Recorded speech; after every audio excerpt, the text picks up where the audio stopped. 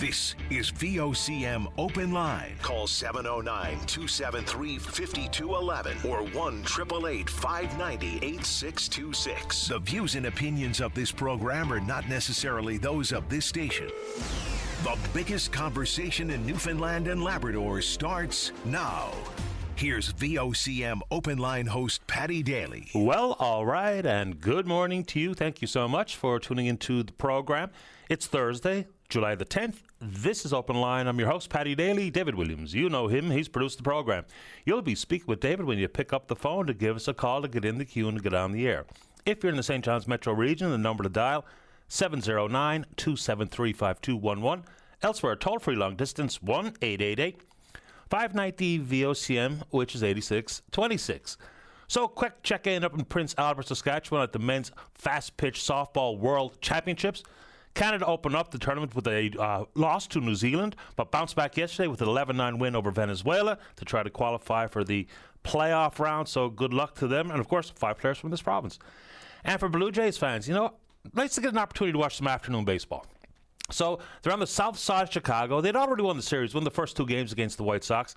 Yesterday it was an opportunity to win 11 straight to tie a franchise record. Ugh.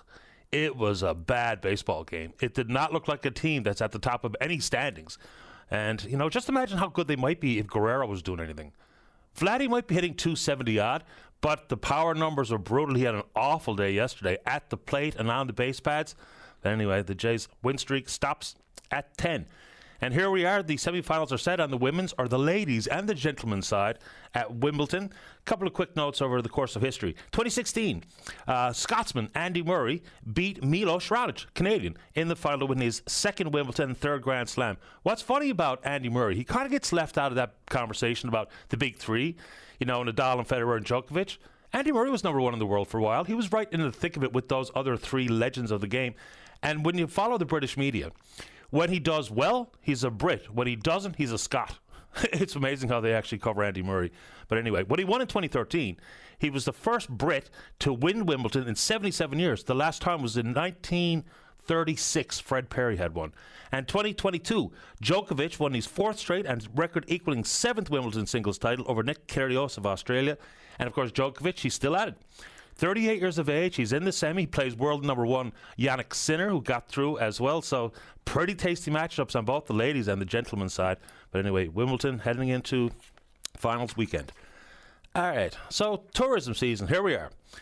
And I've heard from tourism operators right around the province, everyone reporting pretty healthy numbers. Gross Moore talked about the fact that they're about a month ahead of the game with the campsites being packed as the way they are. They're at capacity already, apparently. You know, the hiking trails are really packed. All very, very good news. Then, of course, you get the big cruise ship going to be docked in St. John's today. Apparently almost 3,000 people on board. What the actual impact is on the economy, I think, is always in question. But anyway, insofar as tourism season goes, many people will not only fly, but they'll come across on Marine Atlantic. Let's keep this going. Let's see if there's any follow-through in the political will to see the fees to travel via Marine Atlantic cut in and around half. Here's the issue. The political will to do so, like if Marine Atlantic was struggling and the bookings were down, then you can see the argument the government could make to come forward. Now, I think they should absolutely follow through with the promise the Prime Minister made on campaign trail, but Marine Atlantic is busy. They have about 7,000 more bookings this year when compared to last year. Now, they say it doesn't have an impact on their transport of hazardous materials and what have you, but when it's as busy as it is, will that mean that they'll turn a political blind eye to the promises made? Look, promises on the campaign trail are easy. Following through, more difficult. So I'm with you. I'd like to see some sort of change to the fees.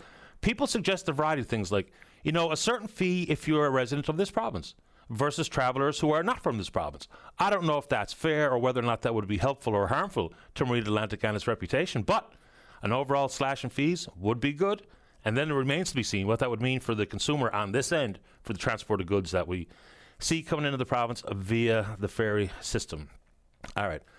And some of the interprovincial booze that could indeed be part of the future would maybe come across on Marine Atlantic. All right. So I guess I'll prepare myself to get in trouble with people who work at the breweries. So every province in the country, except for this province and the Yukon, have signed on with the ability to order alcohol for personal consumption directly from producers who are operating wherever in the country. Look, there's bigger issues than booze. Of course there is. Trucking regulations, labor mobility at the very top of the interprovincial trade list, some of which has been addressed with the federal passing of Bill C-5. But do we really have an argument here? And that's a question.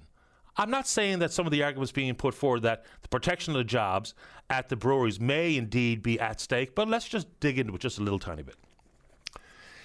There's legislation in this province that says unless the beer is brewed here, it cannot be sold in a convenience store or gas station or the like. Some 80% plus of beer bought in this province is bought at the corner store, bought at the convenience store, bought at the gas station. So that protection is pretty significant. Would Molson and Labatt dare dabble with the potential to be unable to sell their product in said stores if they brewed on the mainland and simply shipped the product here? I'm not even sure what the upside would be for Molson and or Labatt. But every time we bring it up, I'm told in no uncertain terms that those breweries would shut and all the jobs would be lost. But there's a shelf space, there's a shelf access issue that would have to be considered. So anyway, we're the only province that hasn't signed on. And then if you want to talk about it as a personal consumer and the taxes associated with and or the implications for business operators and owners, we can do that too. But we're the only province in the country that hasn't seen fit to join in that particular level of interprovincial trade. All right. People are sick of this story, but it's continuing to evolve. And that's about the Stephenville Airport. So we all know the $500 million pledge that was made by Carl Diamond and all the plans for futuristic cargo drones and all the rest of it. Nothing's happened, right? But the legal troubles are mounting. I mean, even the bills that aren't being paid out in Stephenville is frustrating the residents, and I would imagine at this point still frustrating at least some members of council. But it is getting weird. So now the debt that he's incurred with the money that he borrowed from a guy who won the lottery, $55 million, his name is Matthew Popple. So he hasn't paid it back. And there's been a court ruling regarding it. It's a $2 million judgment. Now, on Tuesday, it has been certified and granted the application filed by lawyers for Matthew Popple in Ontario. That complication for Mr. Diamond is very real. It could possibly lead to the seizure of his home. He lives in Ontario. In the court proceedings, he represented himself and he put forward a couple of letters that are talking about he's got some investors in the offing. Now, I know people roll their eyes at this story, but the operations of the airport, for people in the region, if there's some way to get out from under this Diamond Group ownership, it would be helpful. Now, we know there's another entity from Nova Scotia kicking said tires, but the lawyer representing Popple is looking at that terms, the letter that was provided by Mr. Diamond. He's not buying it. He says he's never seen a deal sheet like this with the lack of detail. Mr. Diamond goes on to say there's another $50 million in loans out there that he's about to secure. I don't know. For the folks in Stephenville and surrounding area, I can understand the optimism and the applause associated with the announcement back in 2023. And yes, he bought the airport for $6.90. Cleared about $1 million worth of liabilities because he borrowed that money from Matthew Popple from Saskatchewan. But here we are. The saga continues.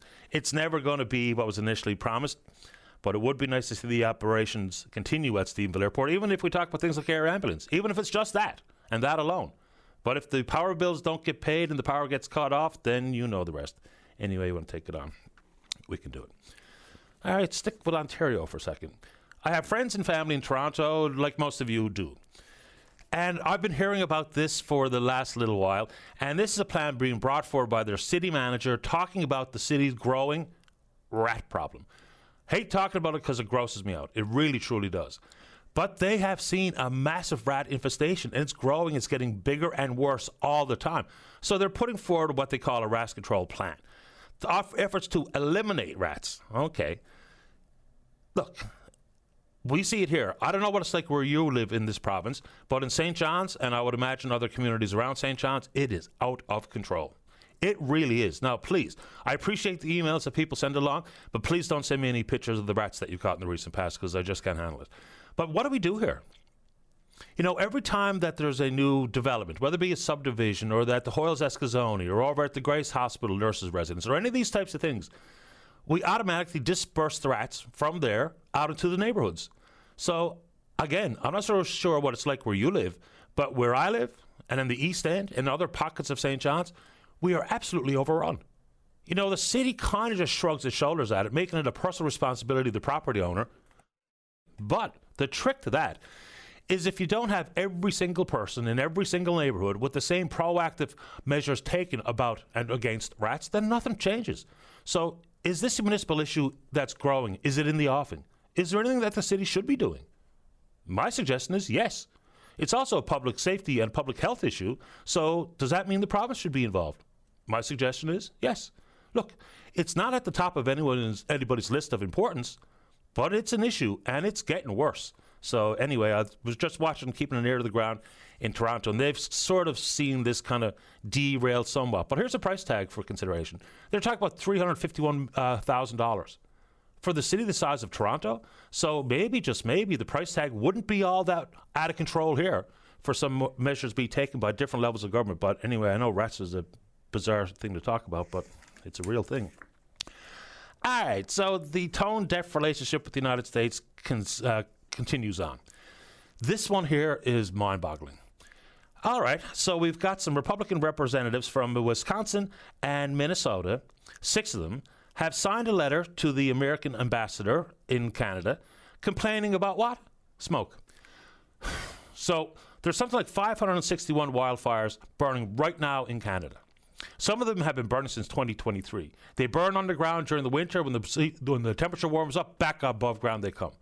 So they're saying that, you know, summer's a time to get out and enjoy the outdoors. Of course it is. But of course, they say now they're blaming us for the suffocating air quality and the presence of smoke from Canadian wildfires, as opposed to the concerns being about Canadians and the amount of landmass that's being burnt to the ground. Nope. They're blaming us, and they're saying they're having a terrible summer and blaming it on smoke coming from Canada. It's not that long ago. Canadians were suffocated with smoke coming from the state of Washington and California. I don't think any of the politicians here, whether you like them or loathe them, penned a letter complaining to Gavin Newsom or anybody else about smoke. But here we go. I mean, these people are out to lunch. They really, truly are. Now, some valid questions being posed about forest management, but I would also suggest that these 6 lawmakers, they have no earthly idea what forest management plans look like in Canada. 60% of the second largest country in the face of the earth is boreal forest.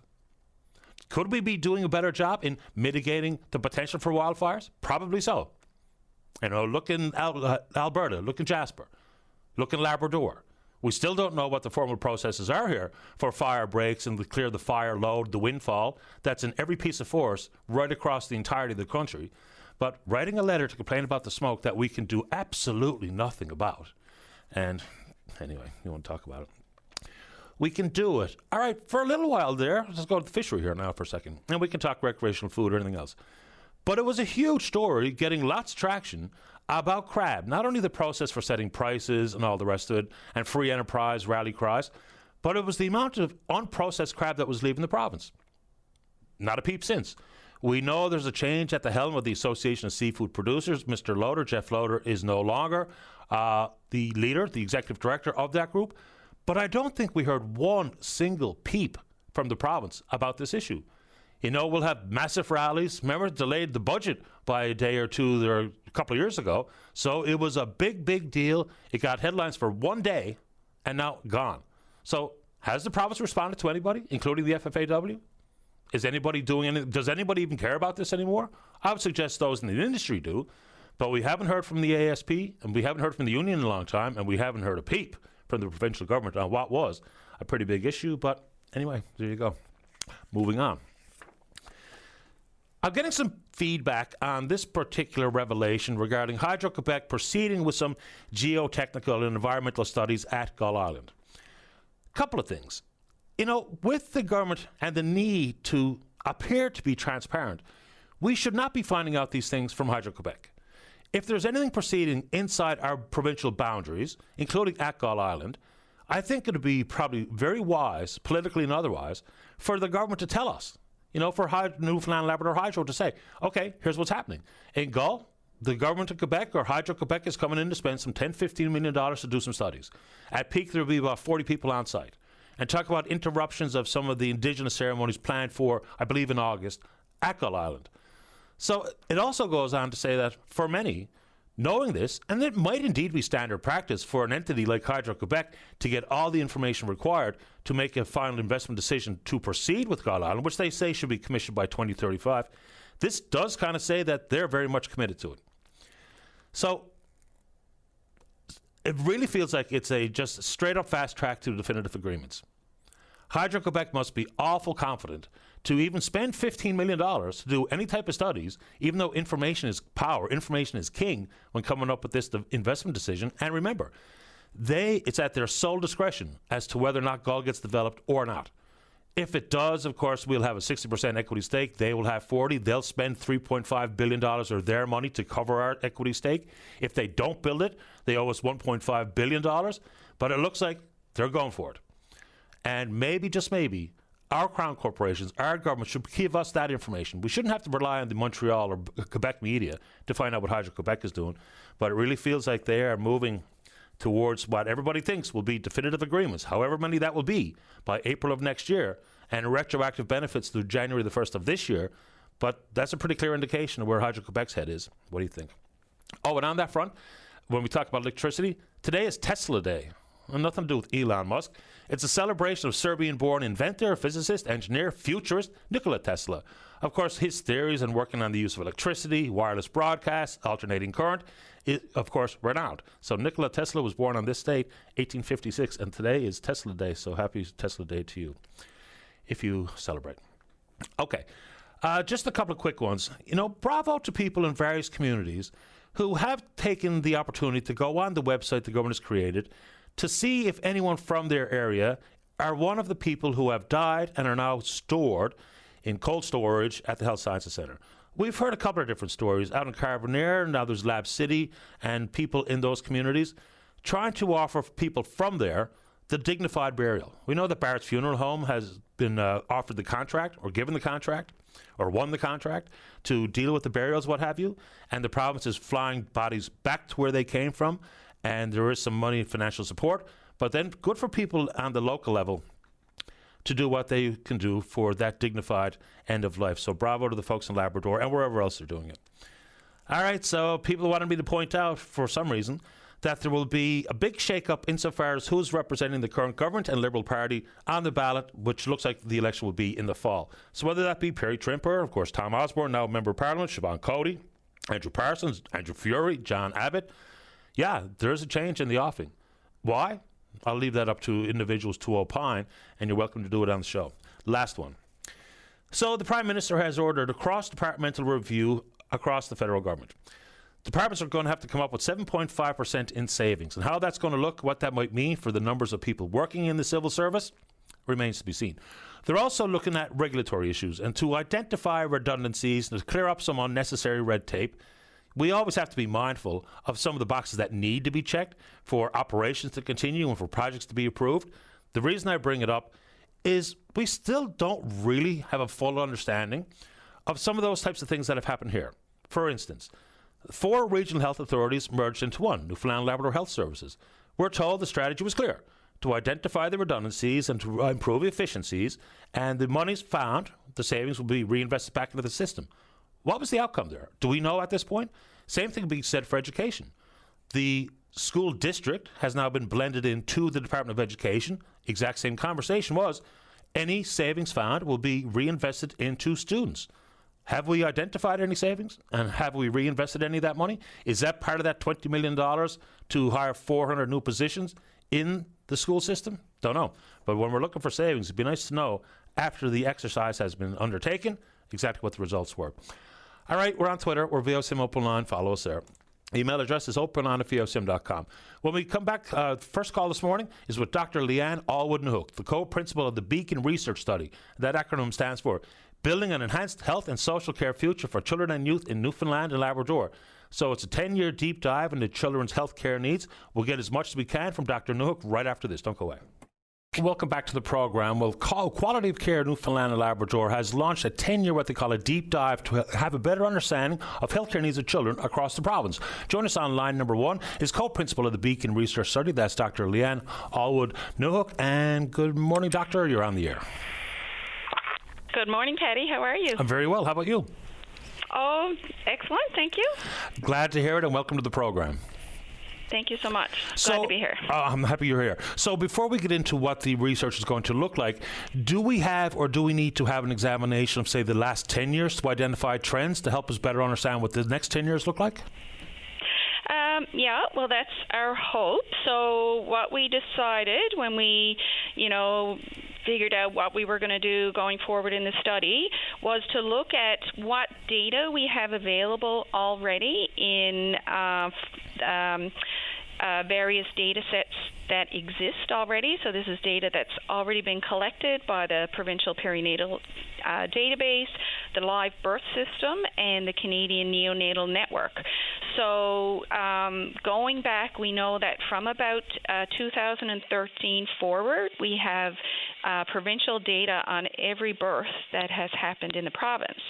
And then we decided, 10 years sounds like a good, mark or benchmark. And we're looking at all children born from 2013 to 2022. And so we are hoping then after we merge the data from those three data sets, we're going to have a really good understanding of what happens, during pregnancy and during that perinatal period. And then our hope is going forward for the next 10 years, we'll be able to look at some of the outcomes on how these children are doing. So those children are automatically enrolled. How would your group consider those who are not born here? Because we have newcomers coming to the province, we have, whether it be from around the world or around the country. How will their healthcare needs be considered in the study? That's a really good question, and we've grappled with that and how we could include those children. However, with the research methodology, when you look at a birth cohort, we include those children who are actually born in the province. Now, some of those new families that have come to Newfoundland, if they have children since they've been here, then those children would be included, but not those that were born outside of the province. This is a bit of maybe a bizarre question, but one of your colleagues, Dr. Bowe, says this is a very important time for this study to be conducted. Why so? Well, I think, number one, we are aware now of some, significant issues with children in our province, and some of that has come from, national data. So, for example, we know that we have very high rates of children who live in alternate care, so out-of-home care. We also know that we have the highest rates of issues with medical complexity in the country, and that was based on a national study that was published about 4 or 5 years ago. And we also know that children right across the country are, suffering with mental health issues and developmental issues. And we really need to know and understand what's happening in our own province so that we can address these issues. Can you give us some examples of what youth with complex health needs means? So children with medical complexity are those who sometimes they rely on technology for, just to live. They may have diagnosis of chronic illness such as cancer. It could be something like type 1 diabetes. It could be a rheumatologic condition. And they often require frequent admissions to hospital or visits to specialist care.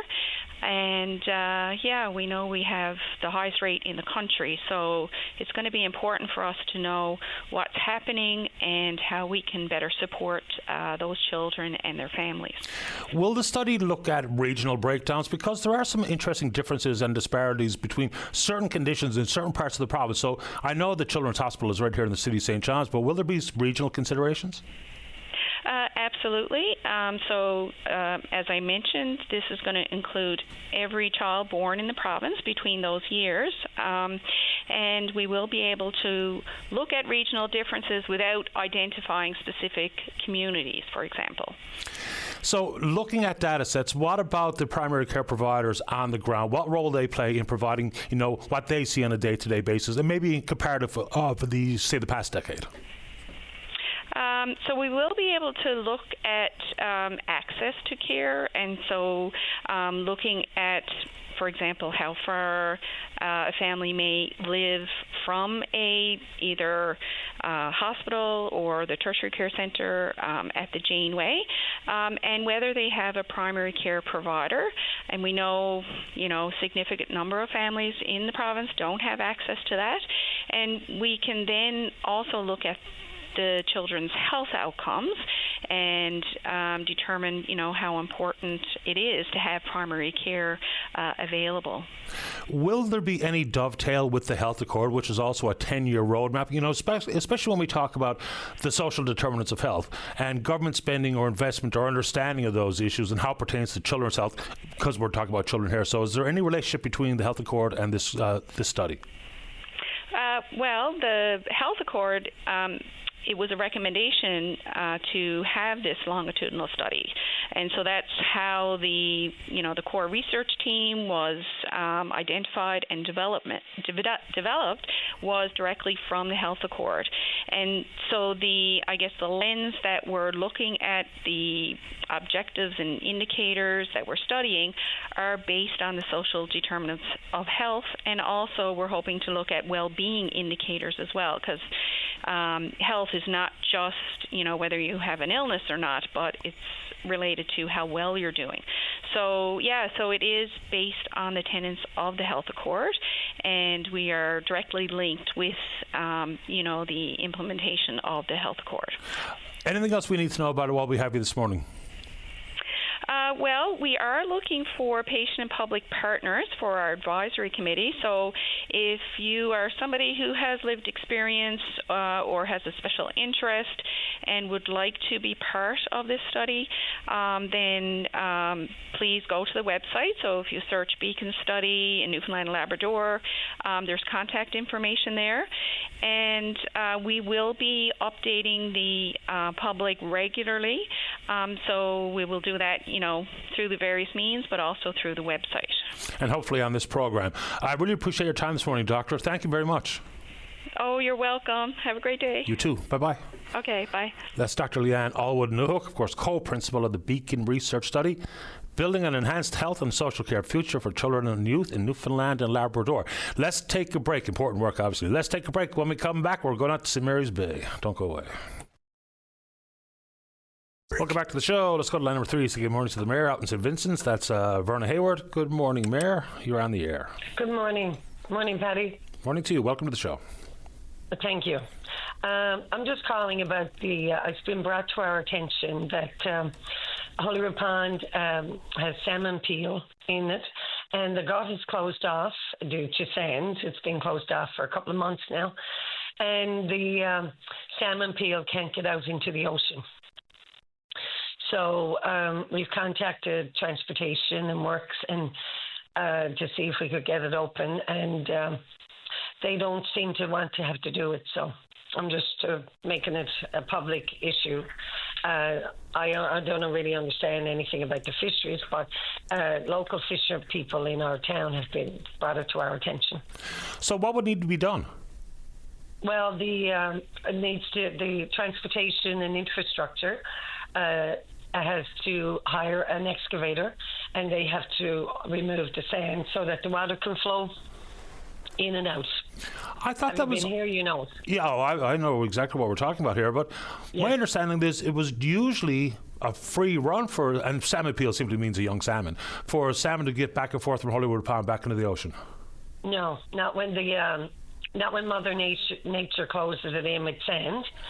And it hasn't been open now since, I guess, the spring. It's been closed off since May, so we're into July. So it's May, June, and now we're into July. And no, they can't. It's you can drive across. The gut is closed off. Okay, so and you've obviously reached out to the government for assistance. And any reaction, any feedback?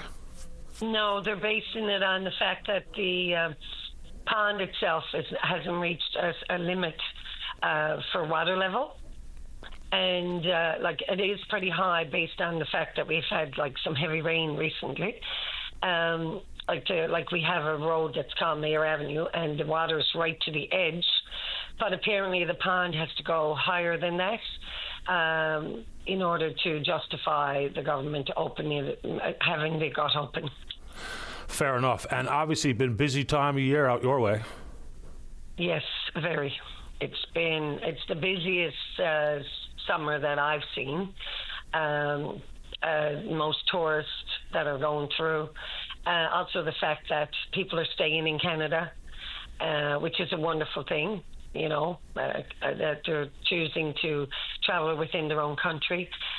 We have a lot of tourists from Ontario and Quebec mainly, but we do have them from all over the world. You know, Germany, France, you know, a lot of people from the US. Wonderful people actually traveling and spending extra time. There's a man from the US waiting for the Capelin to roll, and I think he's probably been here 10 days. Amazing. So, you know, the weather's doesn't matter to them. Like they're here every night. Some nights, like I've counted 20 different vehicles near the beach, whether it's a car, a van, those huge, like I would consider like tanks. There's a name on them, I don't know. But yes, we've had a lot of tourists. And I spoke to a tourist the other night from Germany, and he said he's traveled the world, and you know, that's what him and his wife are doing. They're traveling the whole world all the time.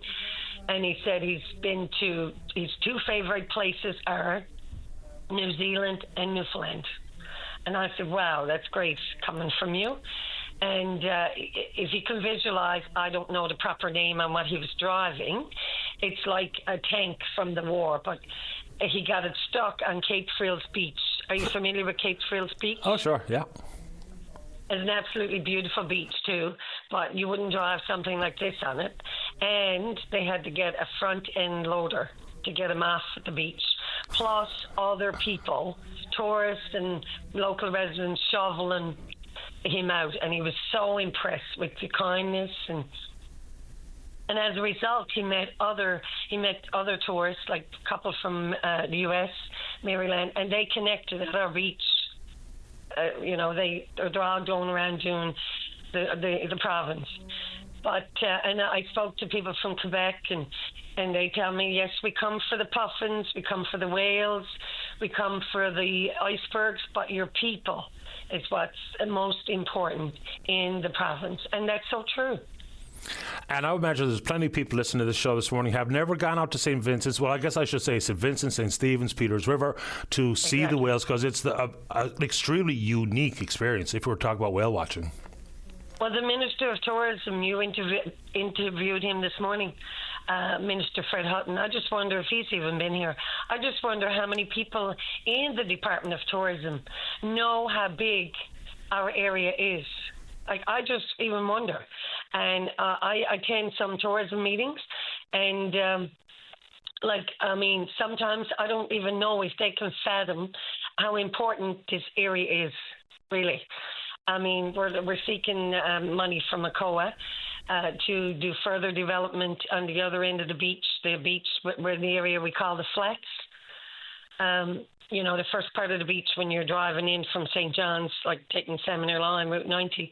And we're looking to develop that section and add more washrooms and add a covered stage. And, you know, and I mean, we're only a small town of 200 people, and mostly 60 plus. And, you know, a bunch of volunteers working extremely hard to cater to the public. And it's busy times. And, you know, like some of us are working serving food at the centre, serving some, you know, on the weekends in particular. And we have washrooms that are open every 7 days a week. We have a maintenance person that we hire in the summer months. And like I tell all the tourists, everything you see on this beach, every bench, boardwalk, garbage containers, signs, they're all placed there in May, and they're all removed in September. They have to be, or they would be washed away.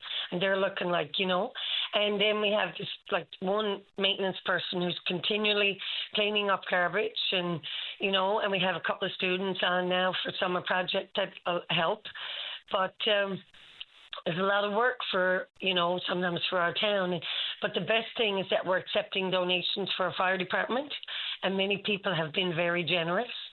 And we thank the volunteers that are helping out, and we thank the people who so graciously give us a donation, because we need a new fire truck.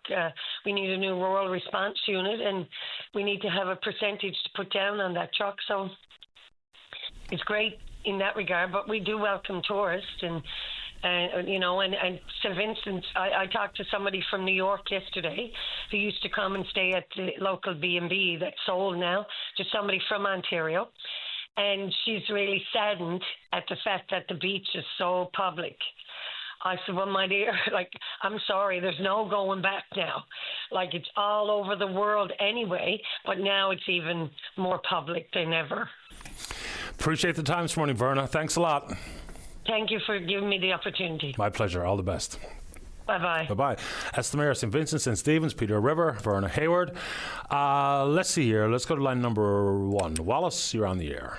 Good morning, Paddy. How are you? Excellent today. How about you? Not too bad, Paddy. The reason I'm calling, I talked to you about 4 or 5 years. I was just going to go into the order, but I got a button pulled off right now. Anyways, I talked to you about 4 or 5 years ago on Route 470 from Portabass to Rose Plains. We've been at, I say 38 years now. We haven't had anything done other than we put a little bit of coal patch in, try and put a bandage on something and saying, keep all control, and the rest of the people around there quiet about this. I took it on myself this morning from Rose Plains to Portabass. And if the Department of Highways want someone to jump aboard this rig with me right here now in Portabass to go back there, I got 195 potholes, Paddy, 195 potholes, and the shoulder road is completely shot. That's for 41 kilometers. I mean, come on. I mean, we've been lobbying the government for years and years, and since Fiona hit us, we got a lot of traffic going down over the highways now with hammerstone, and gravel, which we need it because in the communities where we lost a lot there. Bringing that down and put it over, around the wharfs and stuff like that to try to stop the seed, the tide coming in. But where our highway is gone. I live here in Bernals. I've been here in Bernals now since, my God, I'm 17-year-old, and I'm 70-year-old now, 13 July. We haven't had anything done at all with this highway, Paddy. None whatsoever. We've been after the government. I know there are billions of dollars have been spent on the main highway from Portabass to Cornerbrook and Stephen, those areas. But the place that we got here, I think when we thought that you've been out this way one time before to Rose Plains. Yep, I have. And the roads condition. And the road, Paddy, is it is gone.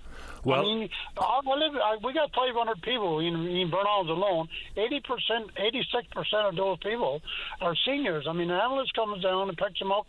They got to all across the side of the road to get away from those potholes. It's crazy. It's literally crazy. It's a long time since I've been down that way, and I can tell you in no uncertain terms, like whenever it was, the highway was shot then. And if you're telling me nothing's been done since, it must be dreadful. Paddy, has been nothing done. What they're saying was done there. It's crazy. You got a Department of Highway. I could understand the crew that's working there. They got our officials and that. The COs and that. But they're coming down. They're putting coal patch in the little holes, potholes. Okay, that's going to take care of it. That's not taking care of anything. Because through the winter, and like I'm just saying, now since Fiona, all those heavy trucks and tractors that's coming down over there, it's completely gone. It is completely gone. Now the election is coming up now, I guess in September, October. If he promises, we don't need promises. We need this done today. I'm lobbying Nagari Alamort at the community council leaders to get a petition going, get everybody signing, and if you want to, pass it on to me, and I will definitely see that it get to the right official and we get something done. and hopefully you get exactly that. You know, again, the last time I was on that highway, it wasn't just the possibility to beat the car up. It was absolutely a safety concern without question. And it wasn't just potholes, the shoulder of the road slumping off. So, yeah, no, it's bad shape, no doubt about that. Wallace, anything else this morning, sir? No, that's it, Paddy. I just want to get that out to you. So thanks a lot for your time and appreciate it. Appreciate yours. Good luck. Every morning. Right on. Bye. Thanks, Wallace. All the best. All right. I like many parts of the province, but that road, the last time I was on it, oh boy. Let's see here. Let's take a break. When we come back, we're speaking with you. Don't go away. Welcome back to the show. Let's go to line number 5. Good morning, Rod. You're on the air. Hello. Hello there. Oh yeah, it's Rod. Hi, Rod. How are you? How are you this morning, Paddy? Okay, thanks. How about you? Reasonable. You sound good, and so does everybody calling. I got something that should be brought to the attention of everybody living in Newfoundland, particularly if you ever want to ride across the Gulf on any of the ferries. It's all been touted, beautiful boats, fascinating service and whatnot. I traveled. I flew up away and bought a vehicle and had a holiday coming home. Always in my life, I'm an old fellow now, I would drive by my business and arrive at the ferry expecting to wait my turn till it's time to get an opportunity to cross. But that doesn't exist anymore during the summer because a question I got, I don't know if you know it, who actually owns Marine Atlantic? It seems that it wants you to believe it's a Newfoundland kind of a service, but it's a federal company, isn't it? That's right. Yeah. Okay, so in all their great ways to try to, I don't know, pay for it, they book everybody. So now here's my bitch about it. When I arrived at the ferry, they said, well, you know, the ferry to Argentia is not going tonight. That was on a Friday at about 8 o'clock in the evening, just before dark. So they said, it doesn't matter if you want to go there or not. The boat isn't running until a certain day. And if it was, it's all booked up anyway. So you're not going under any circumstances to Argentia because we booked it up. You're just not going. So it doesn't exist for you. And if you want to go to Port aux Basques, it's 8 o'clock now. That ferry is beginning to load at 9 o'clock, 1 hour from now, and it's full. And your next chance to cross to Newfoundland, now this was June 28th, your next chance to cross to go home is July the 15th.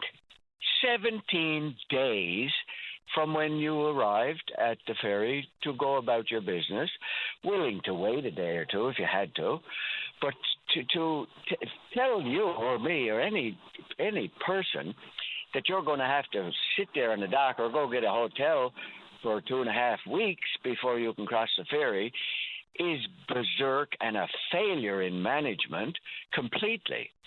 Utterly disgusting. The only way I crossed, the lady at the ticket booth there at the terminal in North Sydney said, let me call down to the fellows loading the boat. And, and she said, well, what are you driving anyway? And I said, well, there's a van. It's about 18 feet long, so it fits in as a car anywhere. And she said, okay, that's as small as it gets. She called down and asked them, do you have any room where we could squeeze in one fellow? And he, and so they chatted back and forth. And he said, well, okay, send him down. I will find a spot to squeeze him on board. So I was able to, after driving all day, to actually go in the lineup and wait not too long before they did take me on board. And so I got across, only by their goodwill at that time to save one fellow to be able to go home. So Rod, you just drove up looking for passage. You didn't book passage, did you? No. Nor do I ever want to. I mean, it's a bridge. I mean, if you're going to PEI, do you think they would say you're going to have to wait 2 weeks? Or if you're going to anywhere, it's not unlike all the ferry services all over Newfoundland. There are none of them are operating, in my opinion, at any reasonable service to the livyers. So I believe, as residents of Newfoundland, you should have a priority of some sort before we say, oh yeah, the tourists are coming, so you fellas just find your own way across, because we've sold out everything on the ferry boats. And it is coming, no doubt, from management to recover the costs of having the ferry boats going to and fro Newfoundland. So the management, in an essence, I'm sure, to save as much or scrape as much money as they can, just book her up solid. So now you don't have a ferry service. You do have ferry boats running back and forth, but they're not for you or me anymore. We've sold all those passages, so now there is no service. So if you wanted to go anywhere by your choice, look, imagine I'm retired, but had I needed to go back to work, I mean, how complicated can they try to make it that you can't go about your business as you would like to go? I ended up in Toronto in a heat wave. So when we got there, 8 days of that was unmanageable. I mean, people were dropping left and right and getting sick, and I did too. So I said, look, this is useless. This was a mistake going up here during a heat wave, which I wouldn't really know. I mean, how much planning do you have to, is the army loose? Are there other dangers? It's not a normal world anymore. But the bottom line was to arrive at the ferry boats, which, that's your service, to go back and forth. And because you didn't conform to how we're doing it now, you're not going. And so, the end result would have, an answer would have been, do not ever allow these ferry boats to book any more than probably, there's a figure that makes sense, but I'm guessing 75% bookings, and the rest of it, people are coming anyway. That ferry boat, every single one of them are going to be full. It's not like February when they may be half full and they completely, continue with the service. But it is totally not only disgusting, but there's more to it than that. So my bitch is, it's like going to Fogo. You don't know when you're coming back, or if the boats are there, or if the boat breaks. I mean, they're so precarious. It is such an ignorant kind of an affair to run such a service, an essential link, sold off to the tourists. Yeah, I don't know how you could manage something like Marine Atlantic without a booking system. Can you imagine the mayhem there every single day if it was a free-for-all with people not, booking passage? I understand where you're coming from. Yeah. Now, could there be priority booking for residents of the province? Could there be different rates associated with livyers of Newfoundland and Labrador versus commercial entities and tourists, what have you? Maybe, sure. But I don't know if you can run something like that without an official, formal booking system. Yeah, well, they could. Look, it's a service, and I guess it's a federal service, and they could say, well, we're just going to cancel it. We're going to sell the ferries, and we don't need them anymore because we're not making money. So where would we be then? No ferries. So we would say, well, as a province, we need them. And they say, well, okay, let's think it over. Let's put the ferries back on. Well, then don't put them on for some people who don't even live here. Put them on for a service that takes care of everybody. Do not ever allow these ferry boats to book 100% of their passages. There are traffics. Imagine if you had a transport truck. I don't know how they do commercial things, but if you had a breakdown and your truck is loaded and you're going to be broke down for 2 or 3 days and your truck is fixed, now you're ready to go and you got a load going to Newfoundland, you missed your appointment. So, there has got to be a service that can still collect you and trans you across the Gulf. Understood. So what happens, what I've come to conclude is that they're so desperate, they really don't care. They have to provide the service, but they're going to do it their way. And their way is to try to fill them up, book everything crazy. Well, it doesn't function for everybody. But they do right now. If you want to go, you can pick your day. You're not going because they've sold everything.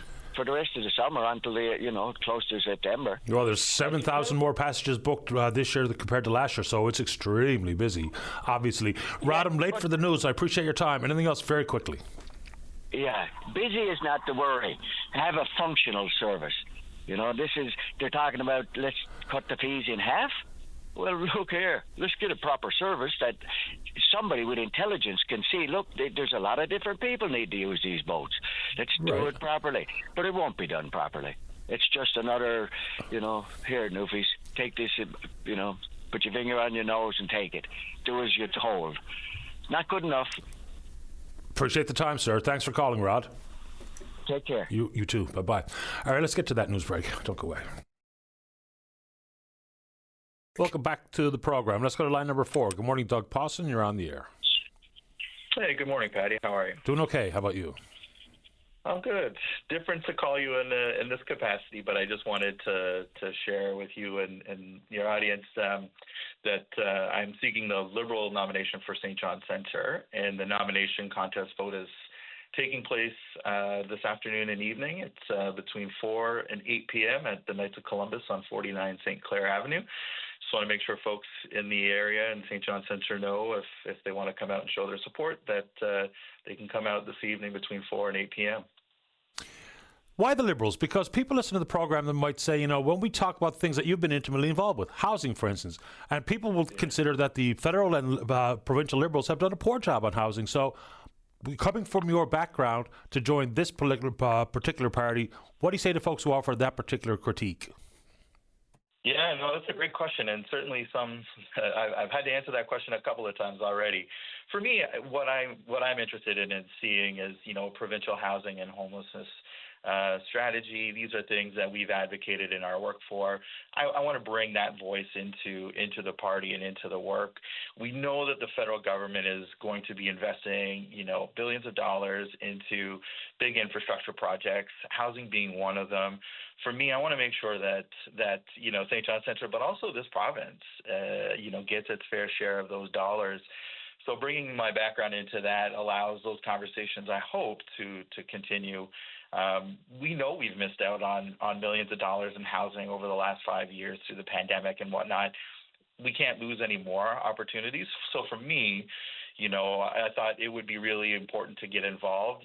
Patty, when we've talked before, I've said, homelessness these are political decisions. And so in many ways, for me, I want to be involved because it's my opportunity to bring that voice into the conversation. So for me, that's a big piece of it. In that community, when I've been talking to folks, a lot of the same issues that you hear every single day.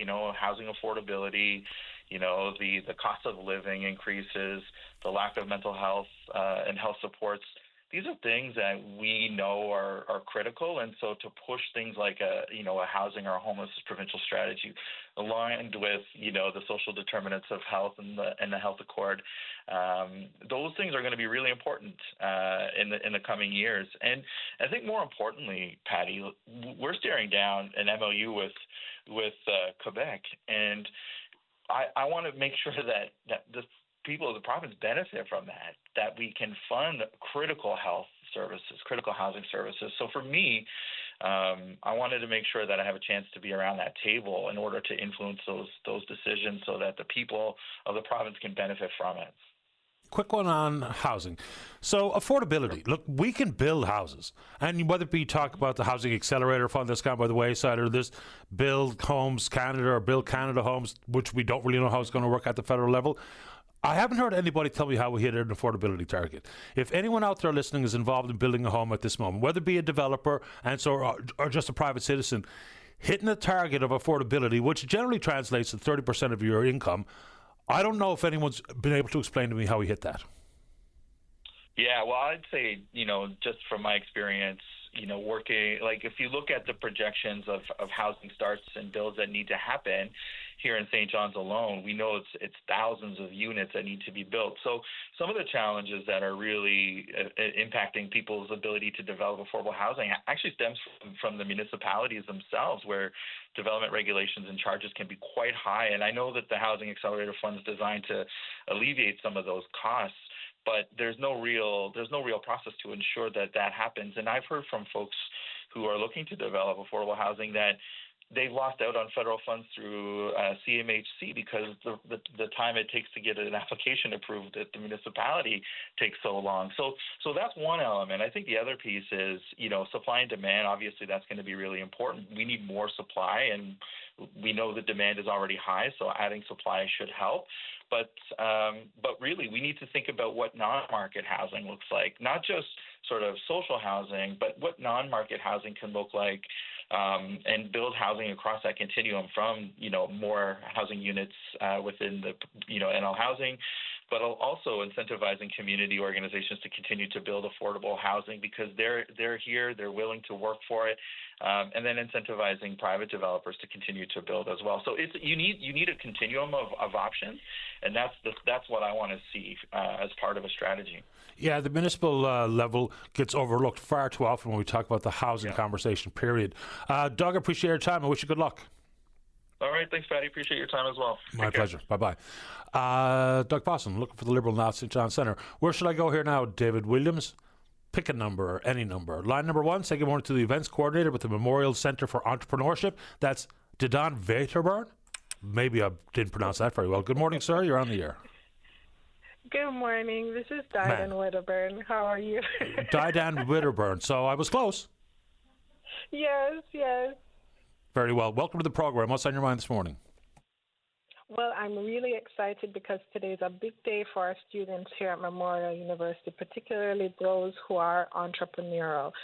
You probably remember when you were back in school that you had, whether it is a part-time job, a little side hustle you do to make sure that you can cover all your expenses or get luxury items. And so we've invited those students who have their little passion projects, their side businesses to come and do a showcase. So we're having a pop-up market at St. John's Community Market this afternoon from 3 to 6, and we have students showcasing so many different goods and services that they've been working on. Can you give me some examples? So, for example, we have people who are doing braids and wigs and bonnet sets for hair care. We have bakers who are giving us delicacies like brown butter, sea salt, chocolate chunk cookies. Or we have people who are developing their own apps to help spread delivery of foods prepared by local cooks. Sometimes you have your nan who's an amazing cook, but she doesn't have a restaurant and she'd like to share her food. So things like that. We have people doing jewelry, making crochet hats, bags, scrunchies. We have designer clothing, handmade soaps, jewelry, even dog training and walking services. It's a wide variety. It sounds like it. Now I'm hungry. So where and when for this particular market? So it's today at the St. John's Community Market, 345 Freshwater Road, and it's from 3 p.m. to 6 p.m. So whether you are popping out for a late lunch or you're wrapping up after work and you want to come hang out, see the amazing students and what they've been working on. We even have students who are promoters of events and local performers and artists who will be able to hook you up if you have some event planning needs. Just a wide variety of products and services. And so whatever's raised here insofar as funds go, what happens with the money? Oh, this all goes to the students. This is solely to give students that boost, to let them have confidence in what they're doing, because sometimes you're doing something on the side, but you think, oh, it's just to get me through school, and not realizing that there's a demand for what you offer and that you could turn this into a legitimate business, which is what the Center for Entrepreneurship is for, to help every Memorial student find their inner entrepreneur and grow whatever it is that they're passionate about. Sounds great to me. Good luck with it. Thanks for telling us about it. Thank you. Enjoy the rest of your day, Patty. The very same to you. Thank you. Thanks. Bye-bye. All right, there's an opportunity for a wide range of offerings at this particular side hustle market. Let's take a break. Don't go away. Welcome back to the show. Let's go to line number 2. Cecil, you're on the air. Hello, Patty. It's been a while. I'm here this morning to talk about the nomination in St. John's Centre this afternoon. Okay. Which again, it's from 4 to 8. I'm supporting Jim and Vicky. They have been my friend for years. I know them. They've been a tireless advocate, and God knows we need somebody in the provincial government today who is willing to speak for the ordinary person. She has a proven track record. The gentleman that's running against her, I don't know. The first I heard of him was on the radio this morning when you were talking to him. That says a lot. It was the first time I heard the man and knew his name. Trevor has a worldwide proven record. We need to have an advocate that's willing to speak up. The things that are needed in the province and in the district. We need an advocate for disability and disability rights. Medical situation in this province needs to be overhauled. Jim is the kind of person who will speak up for them. I don't know what to think of it all. There are so many things in Gemma's history and her life. I met her a year or so ago, and since then we've been close friends. And I just wanted to say that I support her. I urge anybody in the district to support her for the nomination and to support her for the vote. You can register to vote at the Legion on St. Clair Avenue from 4 to 8 today. And please, if you're not registered to vote, you're in district and you want to vote, bring the proper ID and you can register at the time. And when you register, remember Jim Hickey, and I'm sure that they will be there to shake your hand. And it's somebody you know, somebody whose face you've seen, whose voice you've heard speaking up. And that's what's needed in this district. There's a voice that's going to speak up for the ordinary person. And that, Patty, is basically all I have to say. I mean, I can speak on the number of issues that need to be spoken to, but that's all I really had to say this morning, is to urge everybody to get out and vote.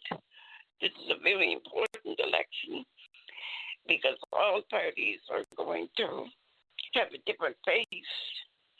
And Jim Hickey is one face that I want to see sitting as my MHA. And I'm sure Gemma appreciates it. Before I let you go, Cecil, how you doing?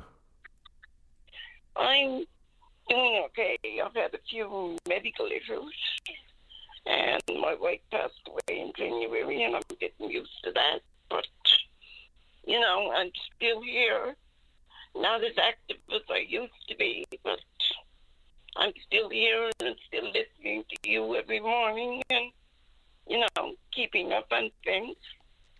I appreciate that, and I'm sorry to hear about your wife, Cecil. My condolences. Thank you, sir, very much.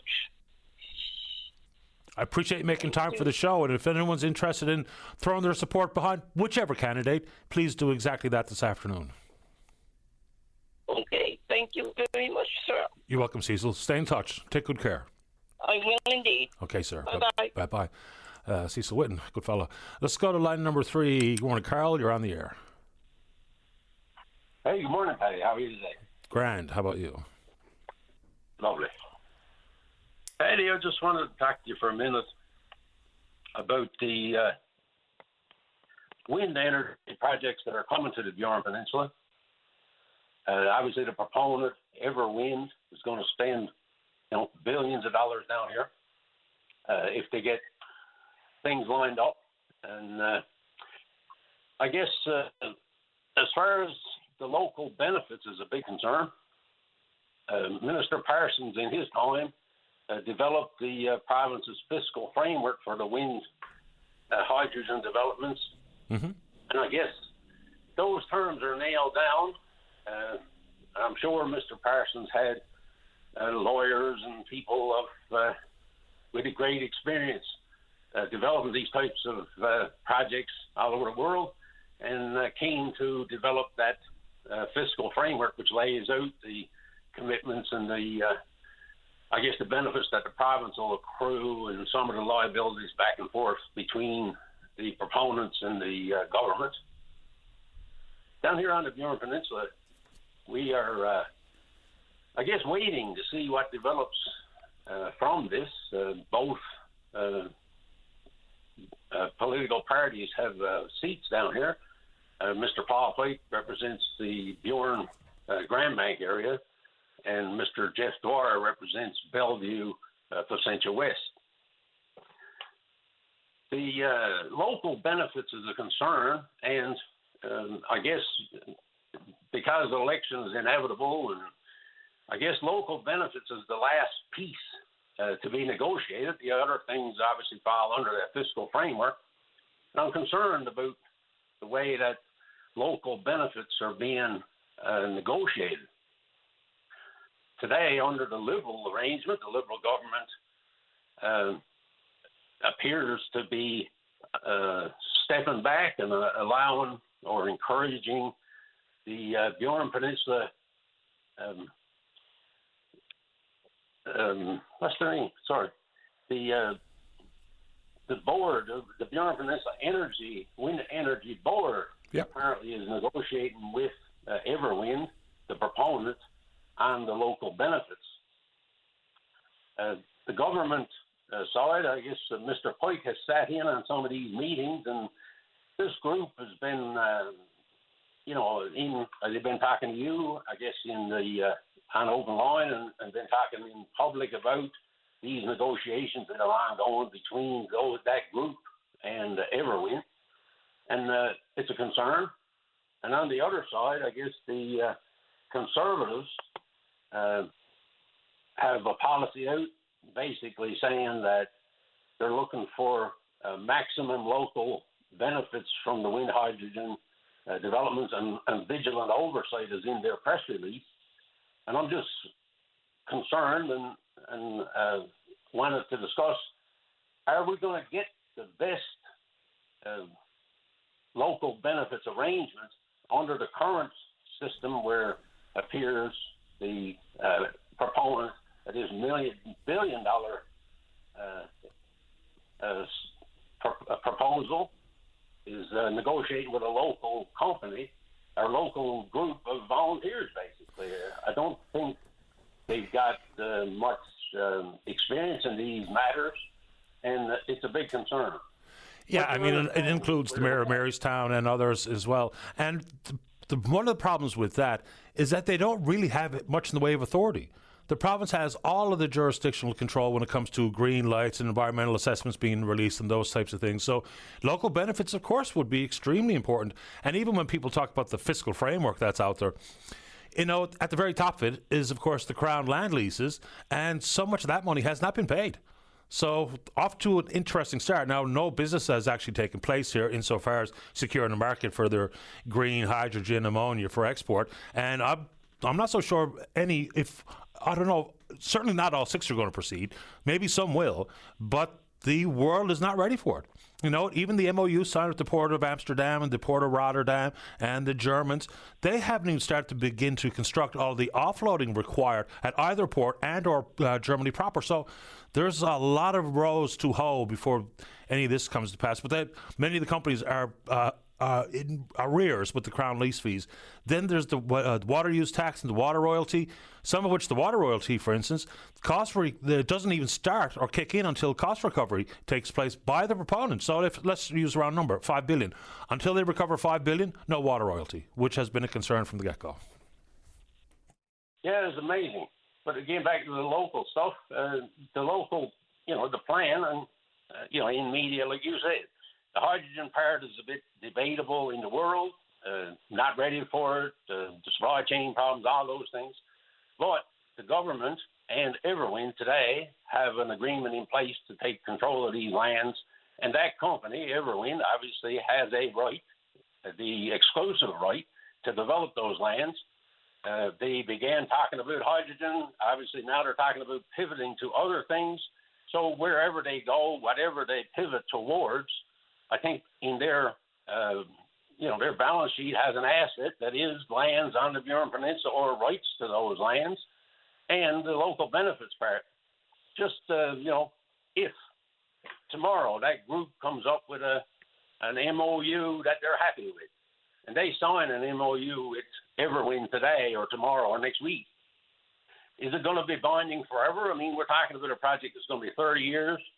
And today, the government of Newfoundland, I would expect, or I would hope, have a responsibility to at least be part of the negotiations on such an important thing for the local region. I mean, these two districts down here are in economic trouble, like many parts of Newfoundland, but to get the local benefit negotiated is going to be pretty well whatever we're going to get out of this, because money's going to the provincial governments and federal governments, inadvertently are going to have some positive impact down here, but at the very by nature, the local benefits is such an important aspect that I'm just concerned that getting the best deal needs to be done in a way that represents the people's needs and represents the opportunity. And at the end of the day, people much smarter than I will sit down and negotiate. But I suspect Everwind is going to have a team of lawyers. It's going to have people with some experience in these matters. And on the opposite side of the same table, this Burin Peninsula Energy Board, I don't think they got the legal history or legal expertise on their team. I don't think they got any history in these types of things. Obviously, in Newfoundland and in North America, this hasn't been done before. So, it's a David and the Goliath negotiations. And I'm just concerned, are the Liberals happy with the way this is going? And this is the way that it's going to go after the election in the fall? Or Mr. Tony Wakeham and Mr. Jeff Dwyer, these folks, they talk about, getting the best deal and getting the maximum local economic benefits. Are they comfortable that this energy board is going to get the best deal for us? Well, we're happy to ask and get the thoughts of whoever it is, members in the region and or the government itself. I appreciate the time, Carl. Good question. Good, man. Thanks so much. Have a great day. Same to you. Bye-bye. Just quick before we get to the break, so someone asked me, do we happen to know how our 5 Newfoundlanders and Labradorians are performing at the Men's World Fast Pitch Championships out in Saskatchewan? I know this much, is yesterday's player of the day at the tournament was Bradley Ezekiel from this province. He went 3 for 4 with 2 solo home runs, so there you go. I know that much and not much more. Let's take a break. We'll make it back. Plenty of show left for you. Don't go away. Welcome back to the show. Let's go to line number 5 and say good morning to Petty Officer Jordan Skinner, who's running the rock. And good morning, Petty Officer. You're on the air. Good morning, Patty. How are you doing today? Great today. How about you? Wonderful. Another beautiful day in Newfoundland. Yeah, it's bloody hot here. So whereabouts are you this morning, Jordan? So I'm part of the fundraising team. We're in Gander right now. We're located at the Irving and Tim Hortons in Gander. But our running team right now is running from Grand Falls right to Gander. It's an amazing exercise that the crew, past and present of the HMSC St. John's, are undertaking every year. Have you participated before? Yes, this will be my third Run the Rock. Early on in my career, I did it in 2012 and 2013. So why are you coming back this year? I've always wanted to do it again. Like I said, it was early on in my career, and this is a unique year because it's an alumni year because the ship is currently deploying overseas any day now. And I got asked to do it, and, it was a great event, and I didn't hesitate to say yes. And of course, many people will know, but this is raising funds and awareness for Make-A-Wish Canada, which used to be Children's Wish. Got a lofty goal this year, somewhere around $200,000. Average wish cost about $10,000. So this is a pretty important effort that you and your fellow runners are taking on. Share some of the experiences, whether it be back in 2012, 2013, or on this current run. Jordan? Well, back then it was a lot different. We spent most of our time on the highway and not as much time on the in the communities fundraising. So what I like this year is that we get to go into the communities and we're meeting more people and people I know from the province as a fellow Newfoundlander. So it's just been great going into communities. One of the big things now that we go to is Woody Point, and that place is absolutely amazing, and we didn't do that back in 2013. A brilliant part of the province, and the generosity of Newfoundlanders and Labradorians, even though times are tight for many people, they seem to be pretty generous on this particular fundraising effort. The willingness to give in this province is unreal. It's unmatched from any other province I've been into. Wherever we go, people are just cash us out, giving money before they even ask what we're doing, what we're raising money for. So it's been pretty amazing so far. That's good to hear. So you talk about earlier in your career and that the St. John's is being deployed very soon. What are you still active in the military? Yes, I almost have 18 years served now, so I'm on the tail end of my career. But I've had a really good career, and doing events like this has been definitely a highlight, and that's why we keep doing this year after year. Where are you stationed or assigned? I'm at the Naval Fleet School Atlantic right now currently as a hazmat instructor. It's good to have you on the program here this morning, Jordan, and appreciate what you're doing for Make-A-Wish Canada. Anything else you'd like to tell us? No, just keep coming out, and we're at the halfway mark. Yesterday in Grand Falls, we met the $100,000 mark. So we're about halfway, and we're halfway through the run. So thanks so far to everyone that came out. Enjoy the rest of the run. Be careful out there, and thanks again. Thanks for having me, Patty. You're welcome, Jordan. All the best. Bye-bye. That's Jordan Skinner, Bye. Petty Officer Jordan Skinner, running the rock along with other alum of the HMCS St. John's, being deployed here soon. Where am I going, Dave? You tell me. Is that a 4? That's a 4. Let's go to line number 4. Una, you're on the air. Hi. Hi. I just want to call in to talk about the home care. Okay. I called into you before, and I voiced my opinion on the home care and what was going on. And I'm blind. I live by myself. And I've been fighting for home care for over a year now. And I'm struggling by myself. And the social workers was putting me off and putting me off. And they come and done an assessment, and it made no difference. She called me back yesterday with the update that, you're not getting any more home care because you got 4 hours and that's all you're going to get. And she said I had to split my shift, which I can't do because my workers got other jobs. And if I got to get somebody else, they got to come from another community, and they're not going to come for 4 hours. So I was wondering if there was anybody out there that got any numbers or names I could call to get some help, or this is getting ridiculous. I can't get no help whatsoever, and there's people in the community that's getting help left, right, and center. Are you looking for names and numbers of someone who can be a home care worker that you are going to pay, or who are you looking for me to try to connect you with? Someone that can help me fight and get my home care. I called in last time, you gave me a number for advocacy. Yep. And I called them, and they got the assessment all arranged and everything, but there was nothing done. She come and done the assessment, and I'm still without hours, and I'm still struggling. And they don't seem to care nothing about it. Yeah, so I would imagine I gave you a number for the Coalition of Persons with Disabilities as an advocacy group. Maybe there's some support might come from the CNIB. I don't know. Those two entities come to mind. Yeah, I've called both. I got no help whatsoever, and it's getting frustrating.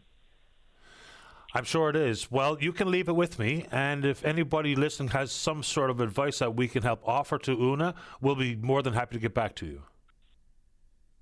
Okay. Good luck. Stay in touch. Thank you. You're welcome, Una. Bye-bye. So someone listening have any ideas beyond the coalition and or the CNIB? That's the two that comes to my mind.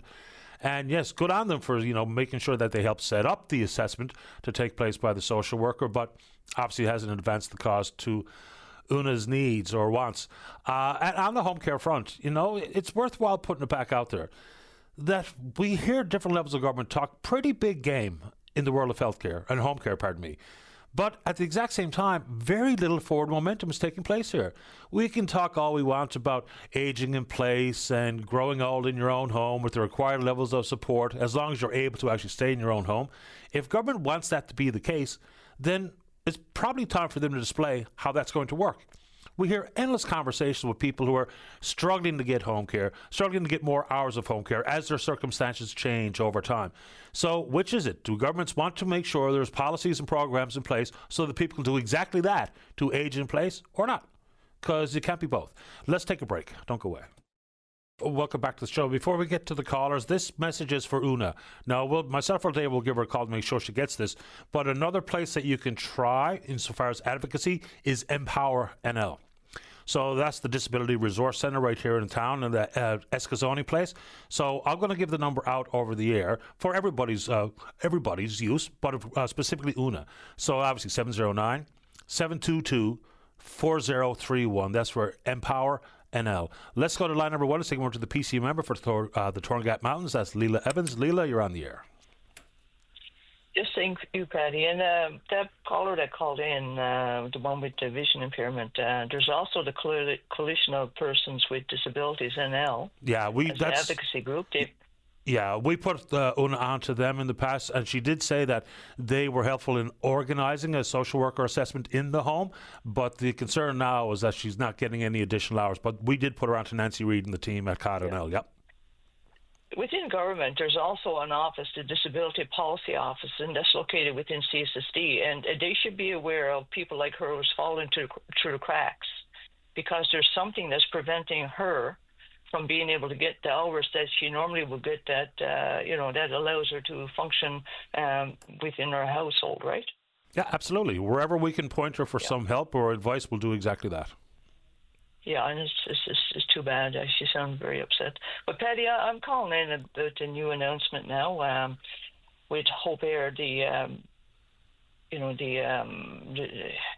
It's basically a new partnership with government to enhance medical transportation. But I want to talk a little bit about the barriers that will still exist, access to healthcare, and also I want to talk a little bit about the inequity that all Labradorians face in accessing healthcare, and also about the timing of this.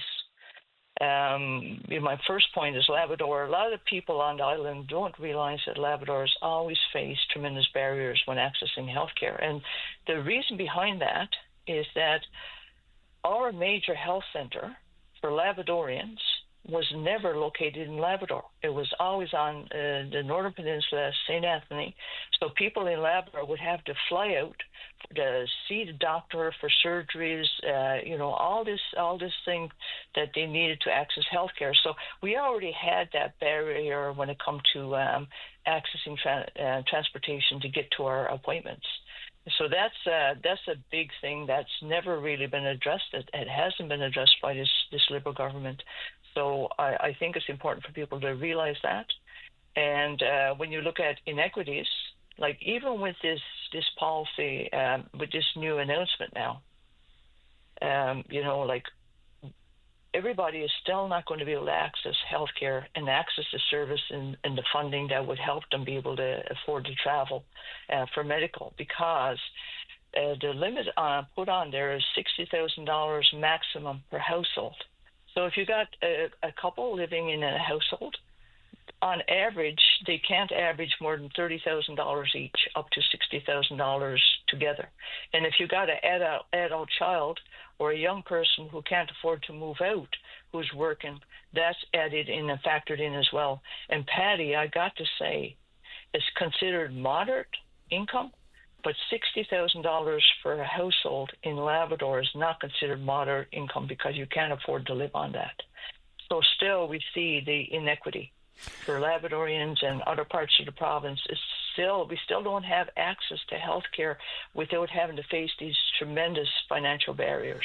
Not in the effort to correct you, but isn't the household income issue the threshold $70,000? In the press announcement, they said 60,000, and they said that they would be subject case by case. They would be looking, and so I think what they're going to do is they're going to allow it up to 70,000 maximum, but it would just depend on the criteria. But Patty, if you got 2 or 3 people living in a household, there's going to be a lot of people that's going to be excluded.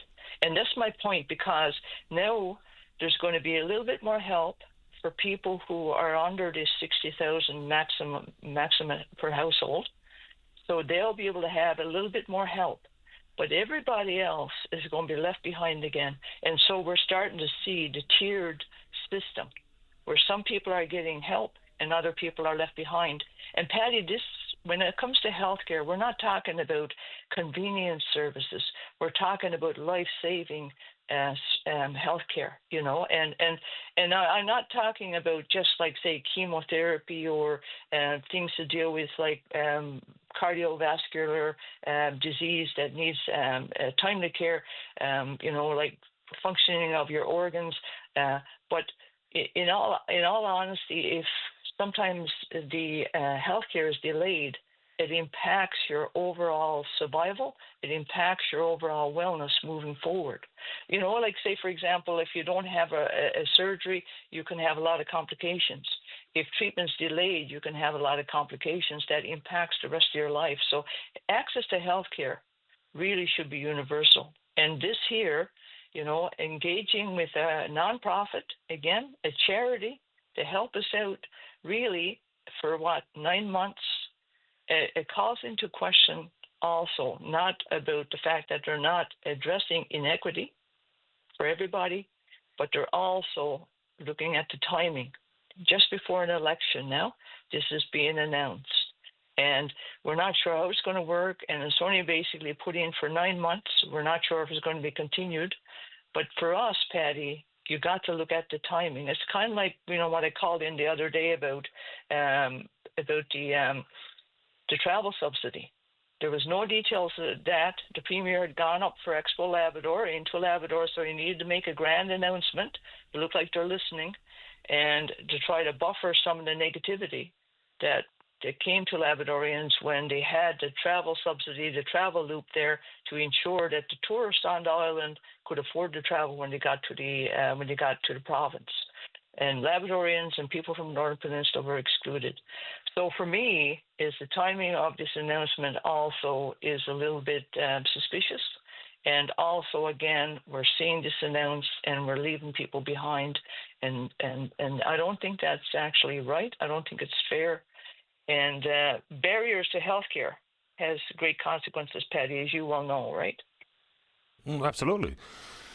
So I'm just trying to think through how an arrangement or a partnership between Hope Air and the provincial government will go. I would imagine virtually complete control of eligibility thresholds would be with the province. Or I wonder, is there any such thing regarding restrictions that Hope Air brings to bear? I don't know, but I'm going to reach out to the person who calls himself the Chief Hope Officer at Hope Air to see if we can't figure out a little bit more. And there's two more points I want to make before you let me go, Patty. Sure. And the one I want to make is when you're using income and it's such a low barrier, like 60,000 maximum per household, and everyone else is excluded. That's when you're involving finances as barriers to healthcare, it really puts people in vulnerable situations, Patty. Because what will end up happening is people will be forced to move out of that household just to be able to access the finances to be able to afford chemo or to afford going out for cardiac illness or surgeries. So when you put those financial barriers in place, you're really creating a two-tier system again. And it's a reverse two-tier system. So people need to be aware of that, and I don't think it's fair, and Labradorians are going to be left out again. The other thing, too, Patty, is and I've saved this till last, because I always talk about my district and the inequities we face. Patty, you hear me talking about people physically can't get out to their doctor's appointments, to their surgeries, to their chemo, a lot of times because there's no room on the flight. And they're bumped off. And then when they're looking at if they're going to even go out, will they be able to get back, or will they be delayed for 5 or 7 days in addition to the time they've been out there for treatment?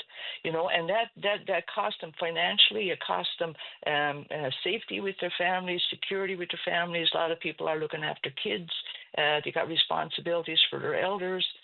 So those barriers I talk about, this announcement does nothing for Northern Labrador. Nothing in terms of allowing people to be able to get out to their appointment when it's scheduled and to be able to return home in a timely fashion. So people in the province, I just want you to know, this is not addressing the problems that we face, those serious barriers to accessing healthcare in Northern Labrador, my Northern Labrador communities. We're not connected by road. We rely on air, and we can't get the seat on the plane to get out. We can't get the seat on the plane to come back. And so I just want people in the province to know that, because if you hear this announcement, people say, oh, well, at least, her district will get something. At least patients in her district will be able to get out more to their appointments, to be able to get home quicker. No, this is not doing anything. And I just wanted to make that point, Patty. Point made and understood. I appreciate the time, Leila. Thank you. Okay, and thank you very much. Bye-bye. My pleasure. Bye-bye. Neil Evans, the PC member for Torngat Mountains. Let's take a break. When we come back, we're going to start the next hour talking interprovincial trade. Don't go away. You're listening to a rebroadcast of VOCM Open Line. Have your say by calling 709-273-5211 or 1-888-590-8626 and listen live weekday mornings at 9 a.m. Welcome back to the program. Let's go to line number 2 and say good morning to the local FFAW uniform president for Molson's Core Beverage Company. That's Gavin Brake. Good morning, Gavin. You're on the air. How you making out, Paddy? Doing okay. How about you? Not too bad, my buddy. All right, let's get into it. Yeah, I just want to phone in and draw a bit of enlightenment, I guess, to what the inter-provincial trade barriers could mean to the local jobs and the province and whatnot. It seems like it doesn't seem like anybody got the cut and dry answer, but it's more around the concerns if they do just drop or open the trade barriers and the floodgates open. Okay, let's dig into it a little bit, and you correct me if and when I'm wrong with this stuff. So my understanding is the legislation in this province is pretty clear. For beer to have access to corner stores, convenience stores, gas stations, those types of outlets, it has to be brewed here. So if that remains in place, how does that provide the jeopardy that you and your members would be worried about? So, that's one part of it. So this is what we don't know. Like, is that one part that they're going to keep in place? That would be fabulous if that would be the case. But we're not. You know what I mean? We're not sure. Like, we're not getting all the answers out there. But if that was the case to keep it, you know what I mean? That's most of our sales is to the mom and pop shops or the Marie's, the Irvings, these places, right? Yeah. So let's just say paint some hypotheticals, because as of now, the province is not signing on to this interprovincial trade agreement, even though we did back in 2017. So if the government came out and said, we are going to sign on and we're going to secure that legislation, that means it's got to be brewed here if it's going to be in the gas station. Would that alleviate the concerns? I guess it would alleviate some of the concerns, but, you know what I mean, we'd have to make sure that we sit down and look at everything that's drying up, because sometimes stuff can be oversighted, you know what I mean, and jump to conclusions. But, like, that's part of the reason I want to call in there, just the importance of the jobs, but and also commend the government for standing with us, you know what I mean, up to now with this issue, right? So you mentioned that concern. Of course, that would be one, but what else would be of concern to you and your members? So, you know, I'll just give a little background on what Molson Coors is to, you know, the province or whatnot. Molson in St. John's Brewery been around operating since 1893. So been a part of our culture, and, you know what I mean, going a long ways back. And currently we have 60-plus FFA union members, not including management, sales, and distribution. So, like, the provincial government, you know what I mean, controls the operation sales of alcohol in the province. So, you know what I mean, we commend him and Finance Minister Cody and the Premier for, you know what I mean, keeping us up on this and keeping it, just not open the floodgates on the interprovincial barriers. And taking the steps necessary, I guess, as we're moving through them. So what has the company ever said about this? Because the vague references I've heard from the two owners of the two major breweries is that moving out of the province is not currently in the cards.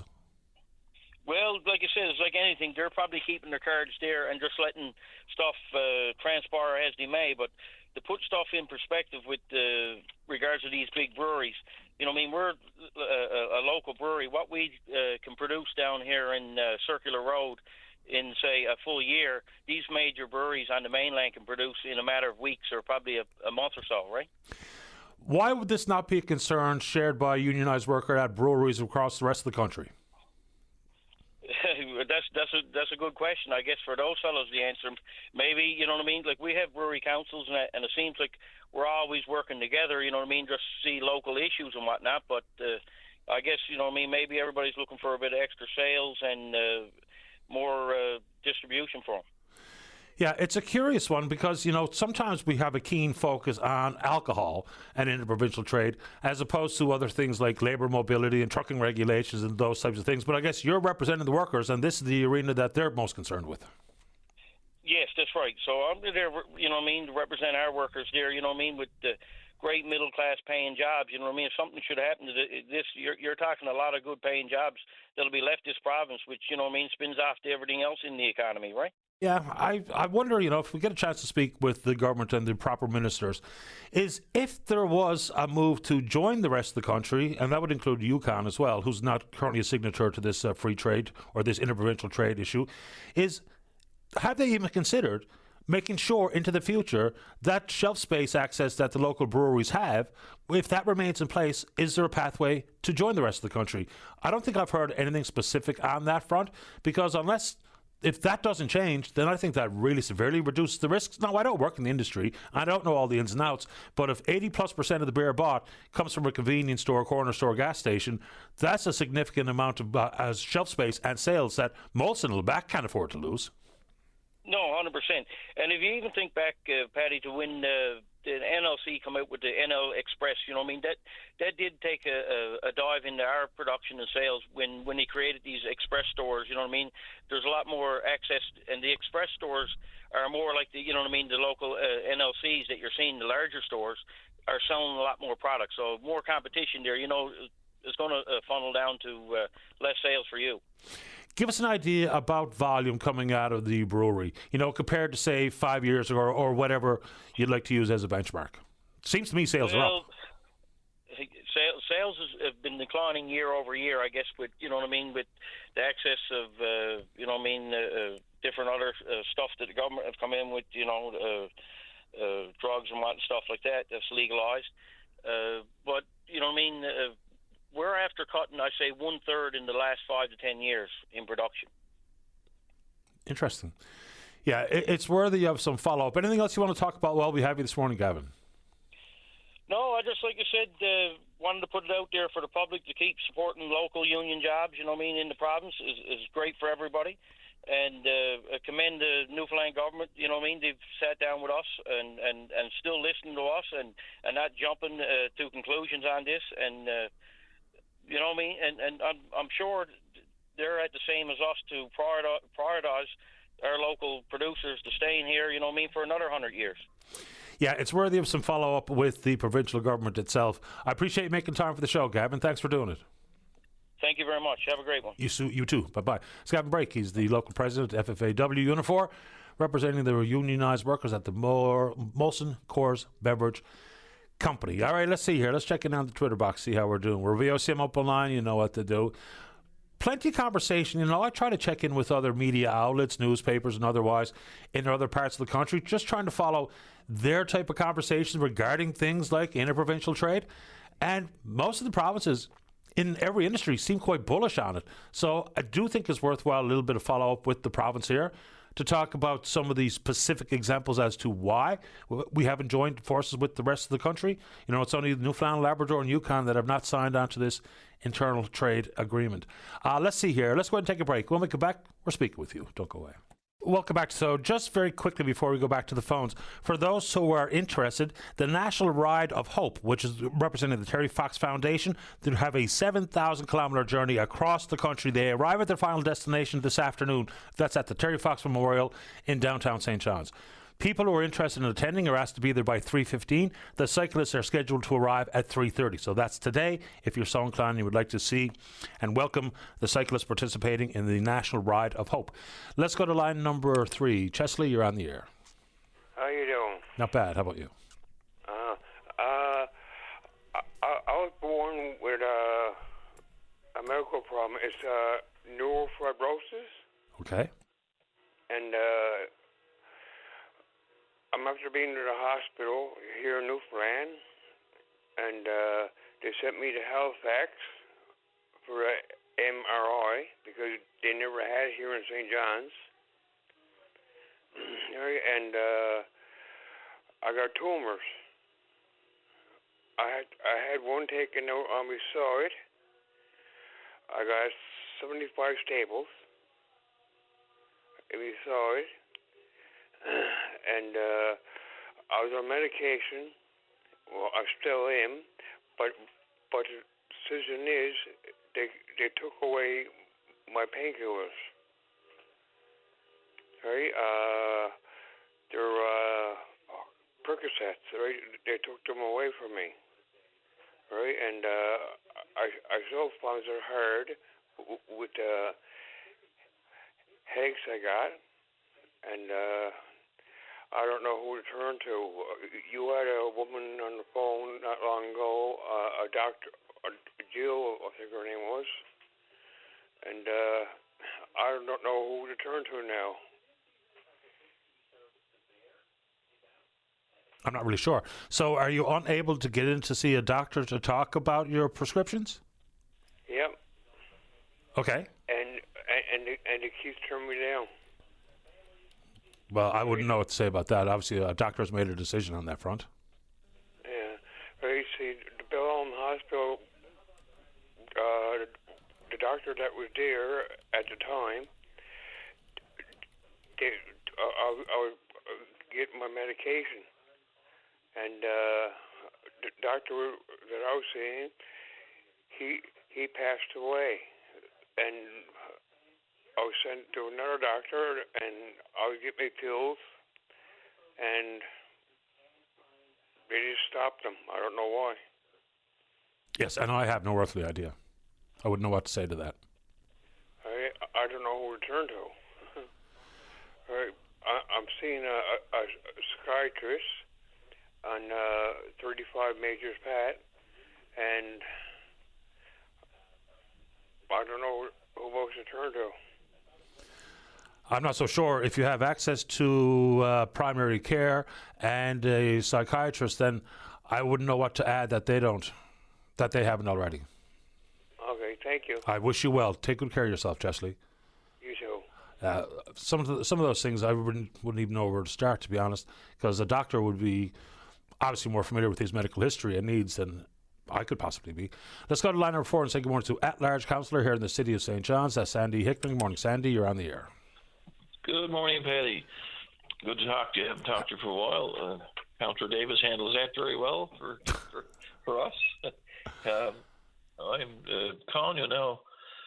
A couple of things. One is this program we have set up for the downtown pedestrian mall and for downtown generally is the Urban Art Gallery. One of the issues that came up in our focus groups, etc., was people were concerned about the vacancy, vacant buildings down there. So we felt, look, let's do something we did back in 2017 when we had window decals set up and install them on some of the vacant buildings. So these are now set up. We're taking some of our civic art collection and blowing them up into decals, and they will be put on. There are several buildings, so we haven't got as many as we'd like, but we have several buildings that are going to be looked after, and it's something that we feel is great way to promote the artists of the city, but also to enhance the look and feel, of course, of the storefronts on both Water and Duckworth Street. So we're looking for more. So if anybody's listening there and you own a building downtown that's vacant, we'd love to have you get involved. And so what constitutes getting involved? They just put their name forward and ask for this type of support? Yeah. They can contact arts at stjohns.ca or contact one of the counselors. We can certainly set them up. So this is for the vacant buildings that the storefronts are perhaps not as attractive as we'd like them to be. With the tourism season, and particularly with the Canada Games coming, of course, we really want the downtown to look as best as possible. So this is one way that we're doing that. And so give us some specifics about what kind of beautification we're actually talking about here. Well, it's actually the windows in the storefronts of vacant buildings, which are not kept up as well as the other buildings, the buildings that are used, of course. So you may have noticed that there's several down Water Street and even Duckworth Street that are vacant. And we're just, I'm not saying we're desperate here, but we're trying something new that would actually help enhance the look and feel of those buildings until they are actually under renovation for occupation, et cetera. So we're hoping, of course, a lot of these buildings will eventually pick up and get going again. But for now, we are asking the owners to contact us, and we'd love to get them involved. We have, as I said, we have several involved, but we want to get more. So this is one of the things we found, of course, cleaning. We're doing enhanced cleaning downtown. Security has been picked up as well. So I think people are going to find downtown a little more, wonderful and enhanced and a great place to be than it was even last year. So we're really hoping that people will jump in the pedestrian mall and own it and love it and enjoy it as much as they have in the past. I hope that's the case. We'll talk about security for a second, because as much as I'm a supporter of the pedestrian mall, my wife was down there yesterday. I think it's an excellent idea. The whole al fresco thing is very attractive. But last year, it did not feel very inviting. It just didn't. So what's changed? Yeah, so we've heard that, and both George Street and the city have come together and enhanced our personnel down there, improved perhaps a little bit of the training and given them a little more responsibility. And there's more of them, and we think that's really important. And so I think people will be more comfortable down there. I think they have been more comfortable down there this summer, and I want to encourage people to go down and enjoy the place. I plan on doing it, and I'm glad to hear. So what are specific enhancements of security? Like, what does that mean? Well, it's numbers, first of all, but also the training for the commissioners. The commissioners would often perhaps be more of a presence more than anything else. And now I'm not saying they're not really going to be intervening like a police person would, but they'll be there to talk to people and make sure that when needed, police will be called and people will be settled and calmed down, et cetera, if needed. And I think everyone will be happy just to see their presence there.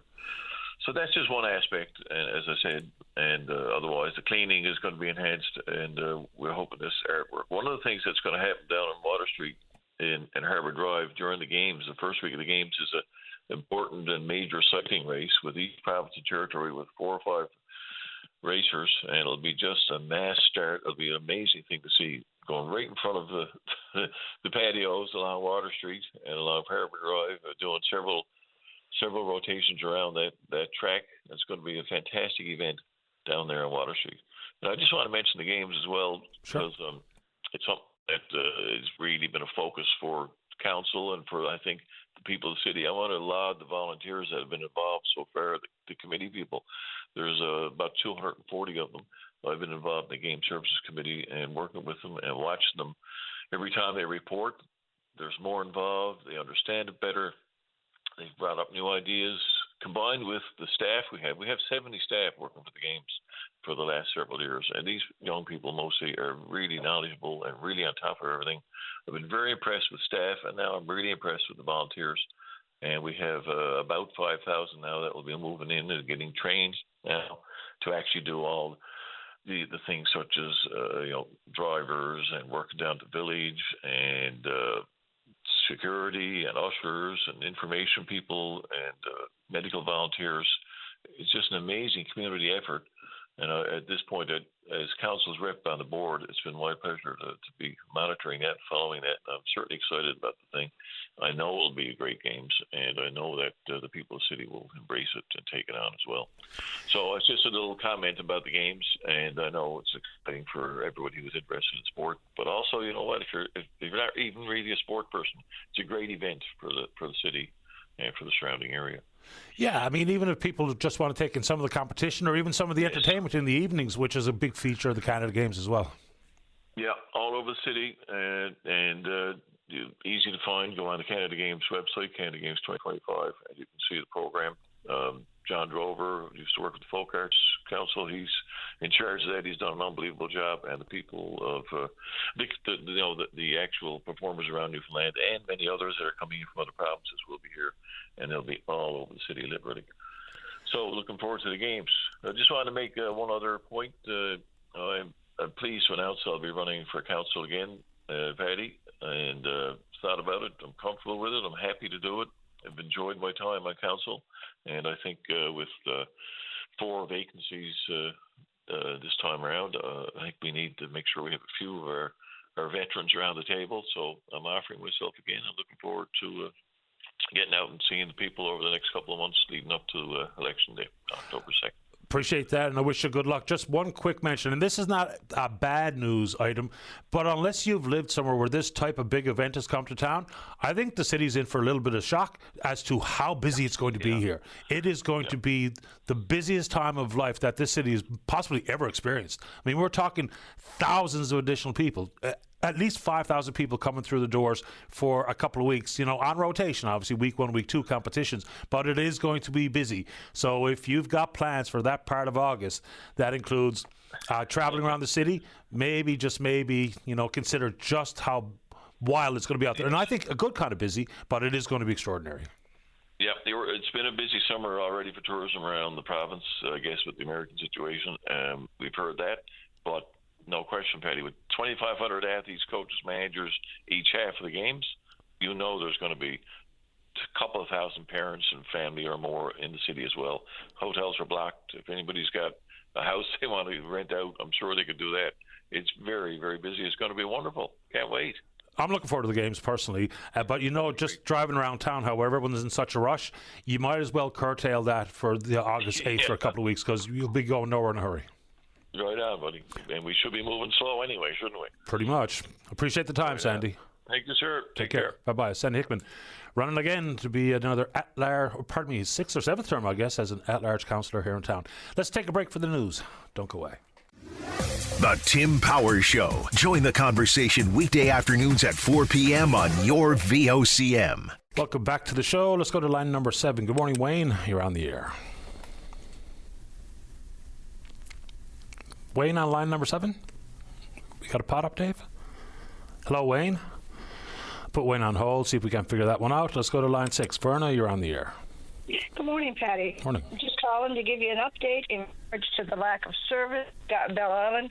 This is day 4 now. We just got notification that the last boat from Bell Island today will be 5:30, 6 o'clock from the Cove. The divers have finally showed up in the Cove since Monday. This is when they came, was today. No enhanced schedule. They don't have enough crew, but yet we have 2 boats down, the Legionnaire and the Beaumont. And we can't get the Astron from Fogo because it's just plain no.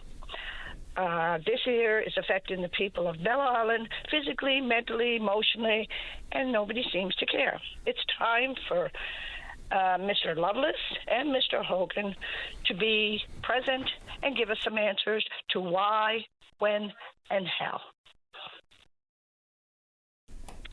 Okay. I heard Fred Hutton on the morning show this morning. I didn't really hear much of it, though. I was kind of busy doing my own thing, but I think he was on. I don't know. I'll follow up with Russell to see if there was any information shared by Fred Hutton, who once was the Minister of Transportation. Of course, he's not anymore. He's in tourism, culture, recreation. But, yeah, yes. I mean, answers are important. Of course they are. Well, anything that Mr. Hutton had in place when he was the department manager is no longer in place. Like one time, it was the captain's discretion whether or not to make extra calls if we had the traffic here. Now you got to get approval for it.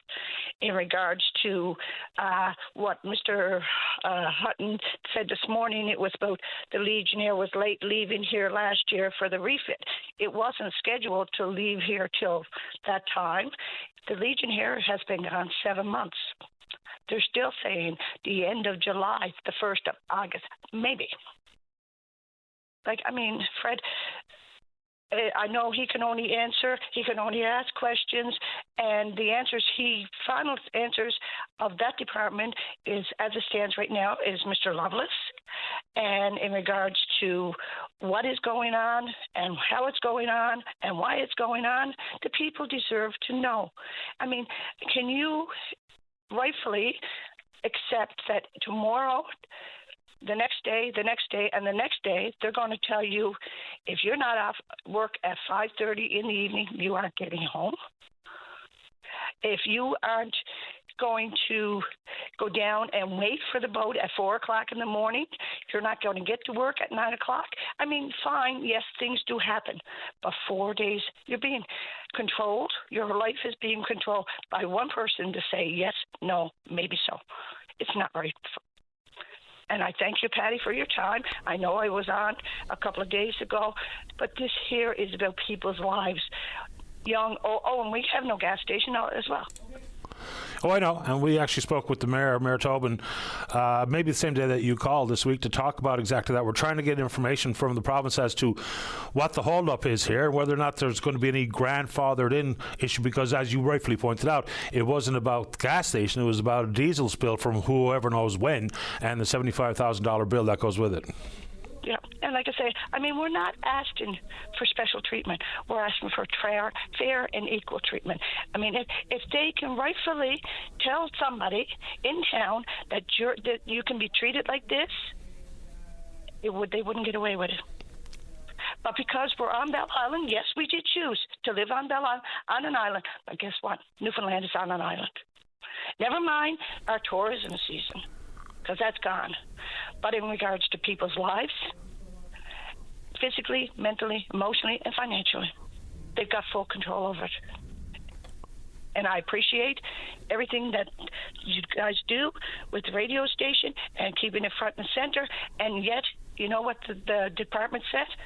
We aren't getting no complaints. Well, I am. Well, I maybe, Patty, you can suggest or you can reach out and see if Mr. Lovelace would be willing to come on. We have not heard from him since he took over that department. We're happy to try. Well, he can consider the invitation out there.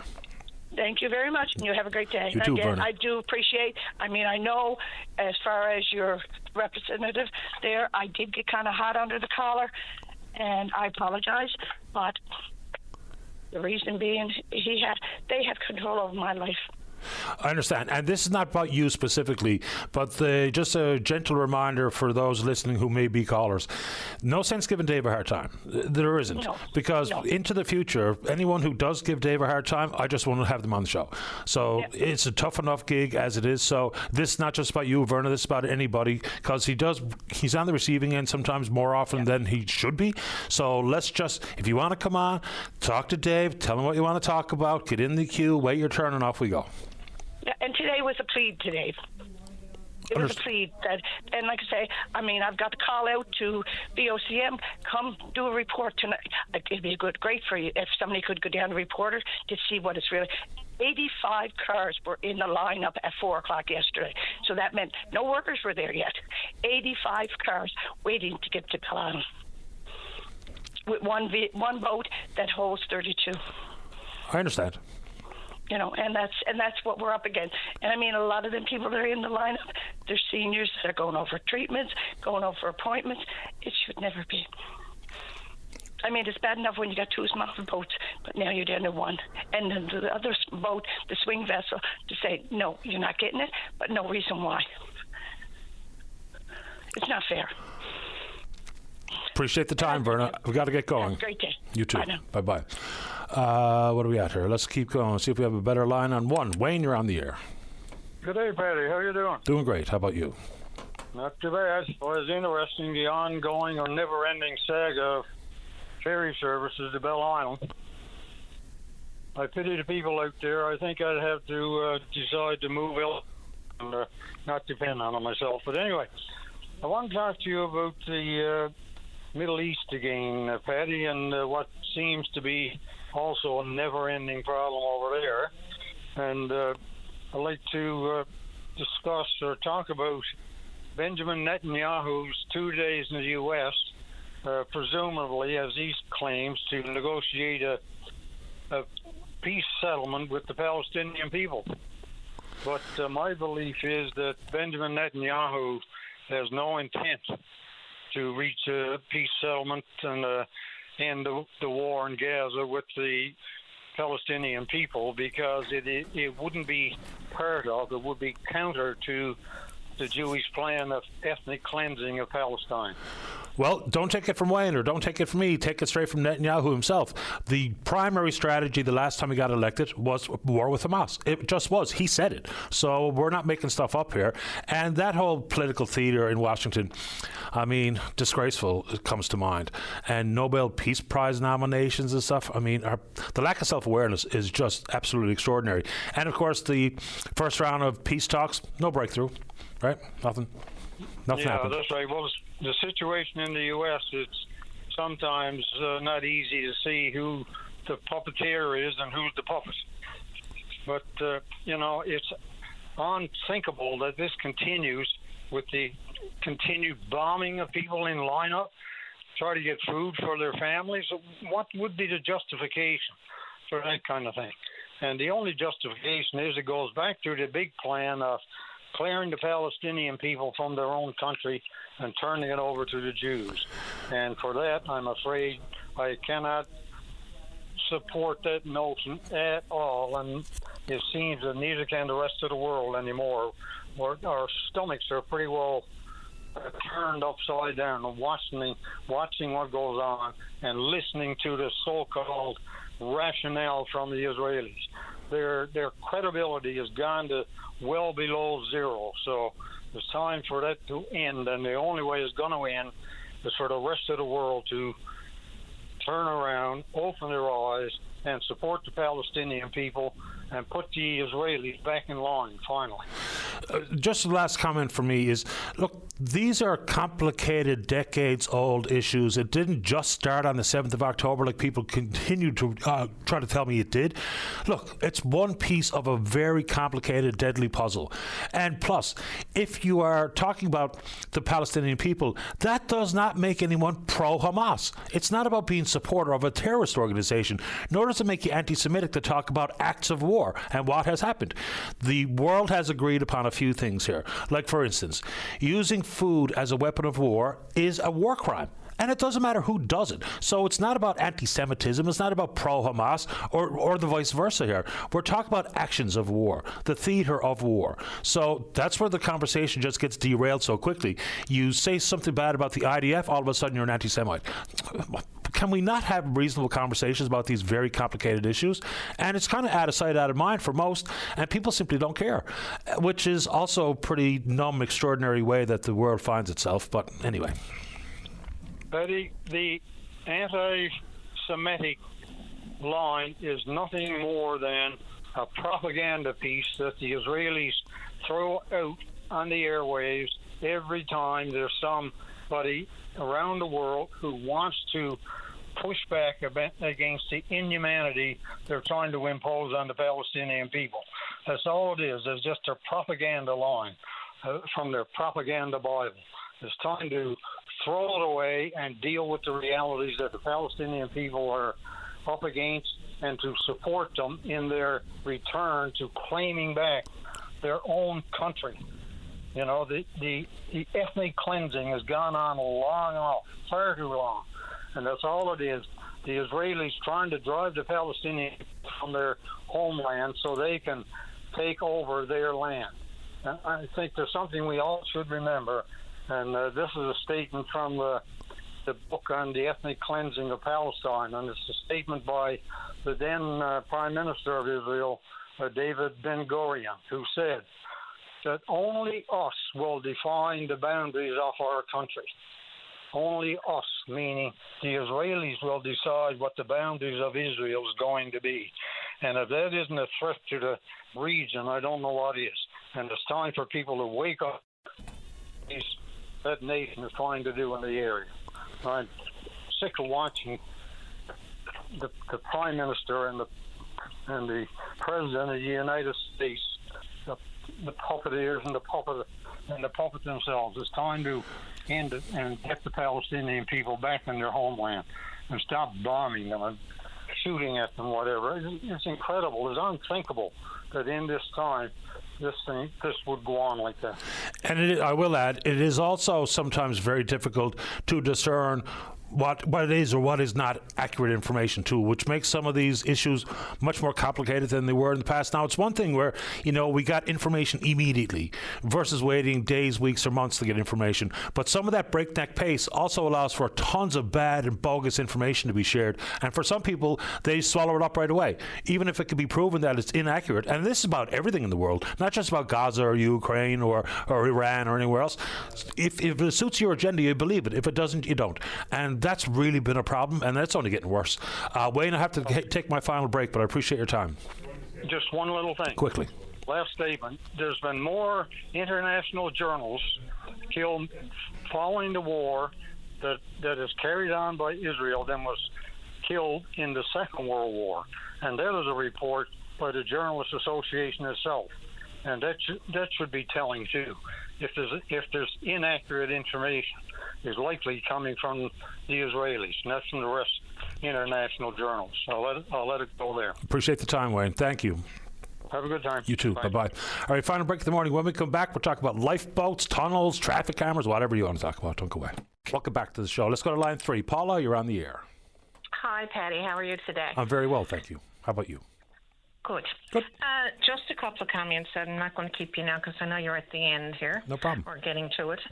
Just want to comment. I know you didn't get to hear Russell's interview with Mr. Hutton this morning, but I think it's probably great if you could listen to it later on because it was a little bit rushed. But aside from all the other issues about the engine overhauls and the age of the boats and everything, he did throw a comment in there about emergency, getting people off board if there's no wasn't enough life rafts to, top up the ferries. Okay. I did not quite understand what that's all about, so I'm just looking to see if there's any clarification from him about that and which ferries are they, because he's talking about them, get them certified, they're federal issue and all this kind of stuff, and it got a bit rushed at the end. So if you listen to it, I'm sure you're probably going to ask the question as well. So it might be great for that. So I can pick up on that. Yeah, I also would like to know, do they have, any kind of plan in place for anybody any lineup on the other side who need to come back here? Like what happens if that one ferry goes down this evening and there's people over there, like tourists, for instance? Is there anything in place for people who are going over that are not residents over there to let them know that it's a very good possibility that you might not get back? The short answer to that is probably not. No, probably not. But I think those are issues that really need to be, we all know there is an issue, but what's the game plan for when the only one boat is not available to those who don't live over there, and they're looking to get back on this side. So I'm just wondering, that's all. And I can try to figure out the life raft and inflatables or otherwise, because it is federally regulated. There's something called the life-saving equipment regulations that deals with those types of things on ferries right across the country. So it's all based on capacity and length of the vessel and launch equipment, and there's a maintenance guidelines. That's right. So I'll find out specifically what Fred Hutton was talking about this morning on that front, and I'll do some follow-up. Yeah, went in. I think he was talking about they're limiting the number of walk-ons that they can have and all this kind of stuff. Anyway, I'm sure you will have more to say tomorrow. But I tried to pull it up, but I understand that those kind of interviews are not available online until the next morning or the next day. Yeah, but I couldn't pull up the interview. Yeah. Yeah, I'm not sure, but I'll find the audio myself as well. Yeah. It was an interesting interview, very rushed, but somehow they need to pick them off one by one, give us a list, let us know what the update is, and talk about these life raft issues. So. I'll do some follow-up, Paula. I appreciate the time. Thanks. Have a great day. You too. Bye-bye. Okay, bye. Final word this morning goes to line number 4. Bill, you're on the air. Good morning, Patty. How are you this morning? Great today. How about you? Good. Just wanted to let you know, I heard you talking yesterday about the cameras being set up. Waterford Bridge Road, down by St. Mary's School, I seen they installed the signs yesterday. And also there's been one set up on Larkhall School up around there. So there's 2 that we know of that's here in the city. And my only concern is that how are they going to calibrate them? Are they calibrated after 30 kilometers or 35 or 40? Calibrated after X number of kilometers? I'm not sure what that means. Well, like the speed limits. Like if the speed limit is 30 kilometers an hour, what are they calibrated at to catch someone who's doing 40? 50. Yeah. 40, is it? If That's you're, what it is, yeah, it's 10 over. Okay, all right, okay, that's still too fast, but Yeah, I agree. Jesus, that's just my opinion. You know, I mean, 10 kilometers can do a lot of damage. Yeah, no question. And that's sort of the benchmark for law enforcement as well, right? If I'm going 109, I'm probably not getting pulled over. No, that's right, yeah. Okay. No, I just thought I'd jump in there and let you know that they're starting to put the signs up now, so at least you got an answer to that much. And I appreciate you doing it. Thanks a lot, Bill. All right, good enough, Eddie. See you, buddy. Bye-bye.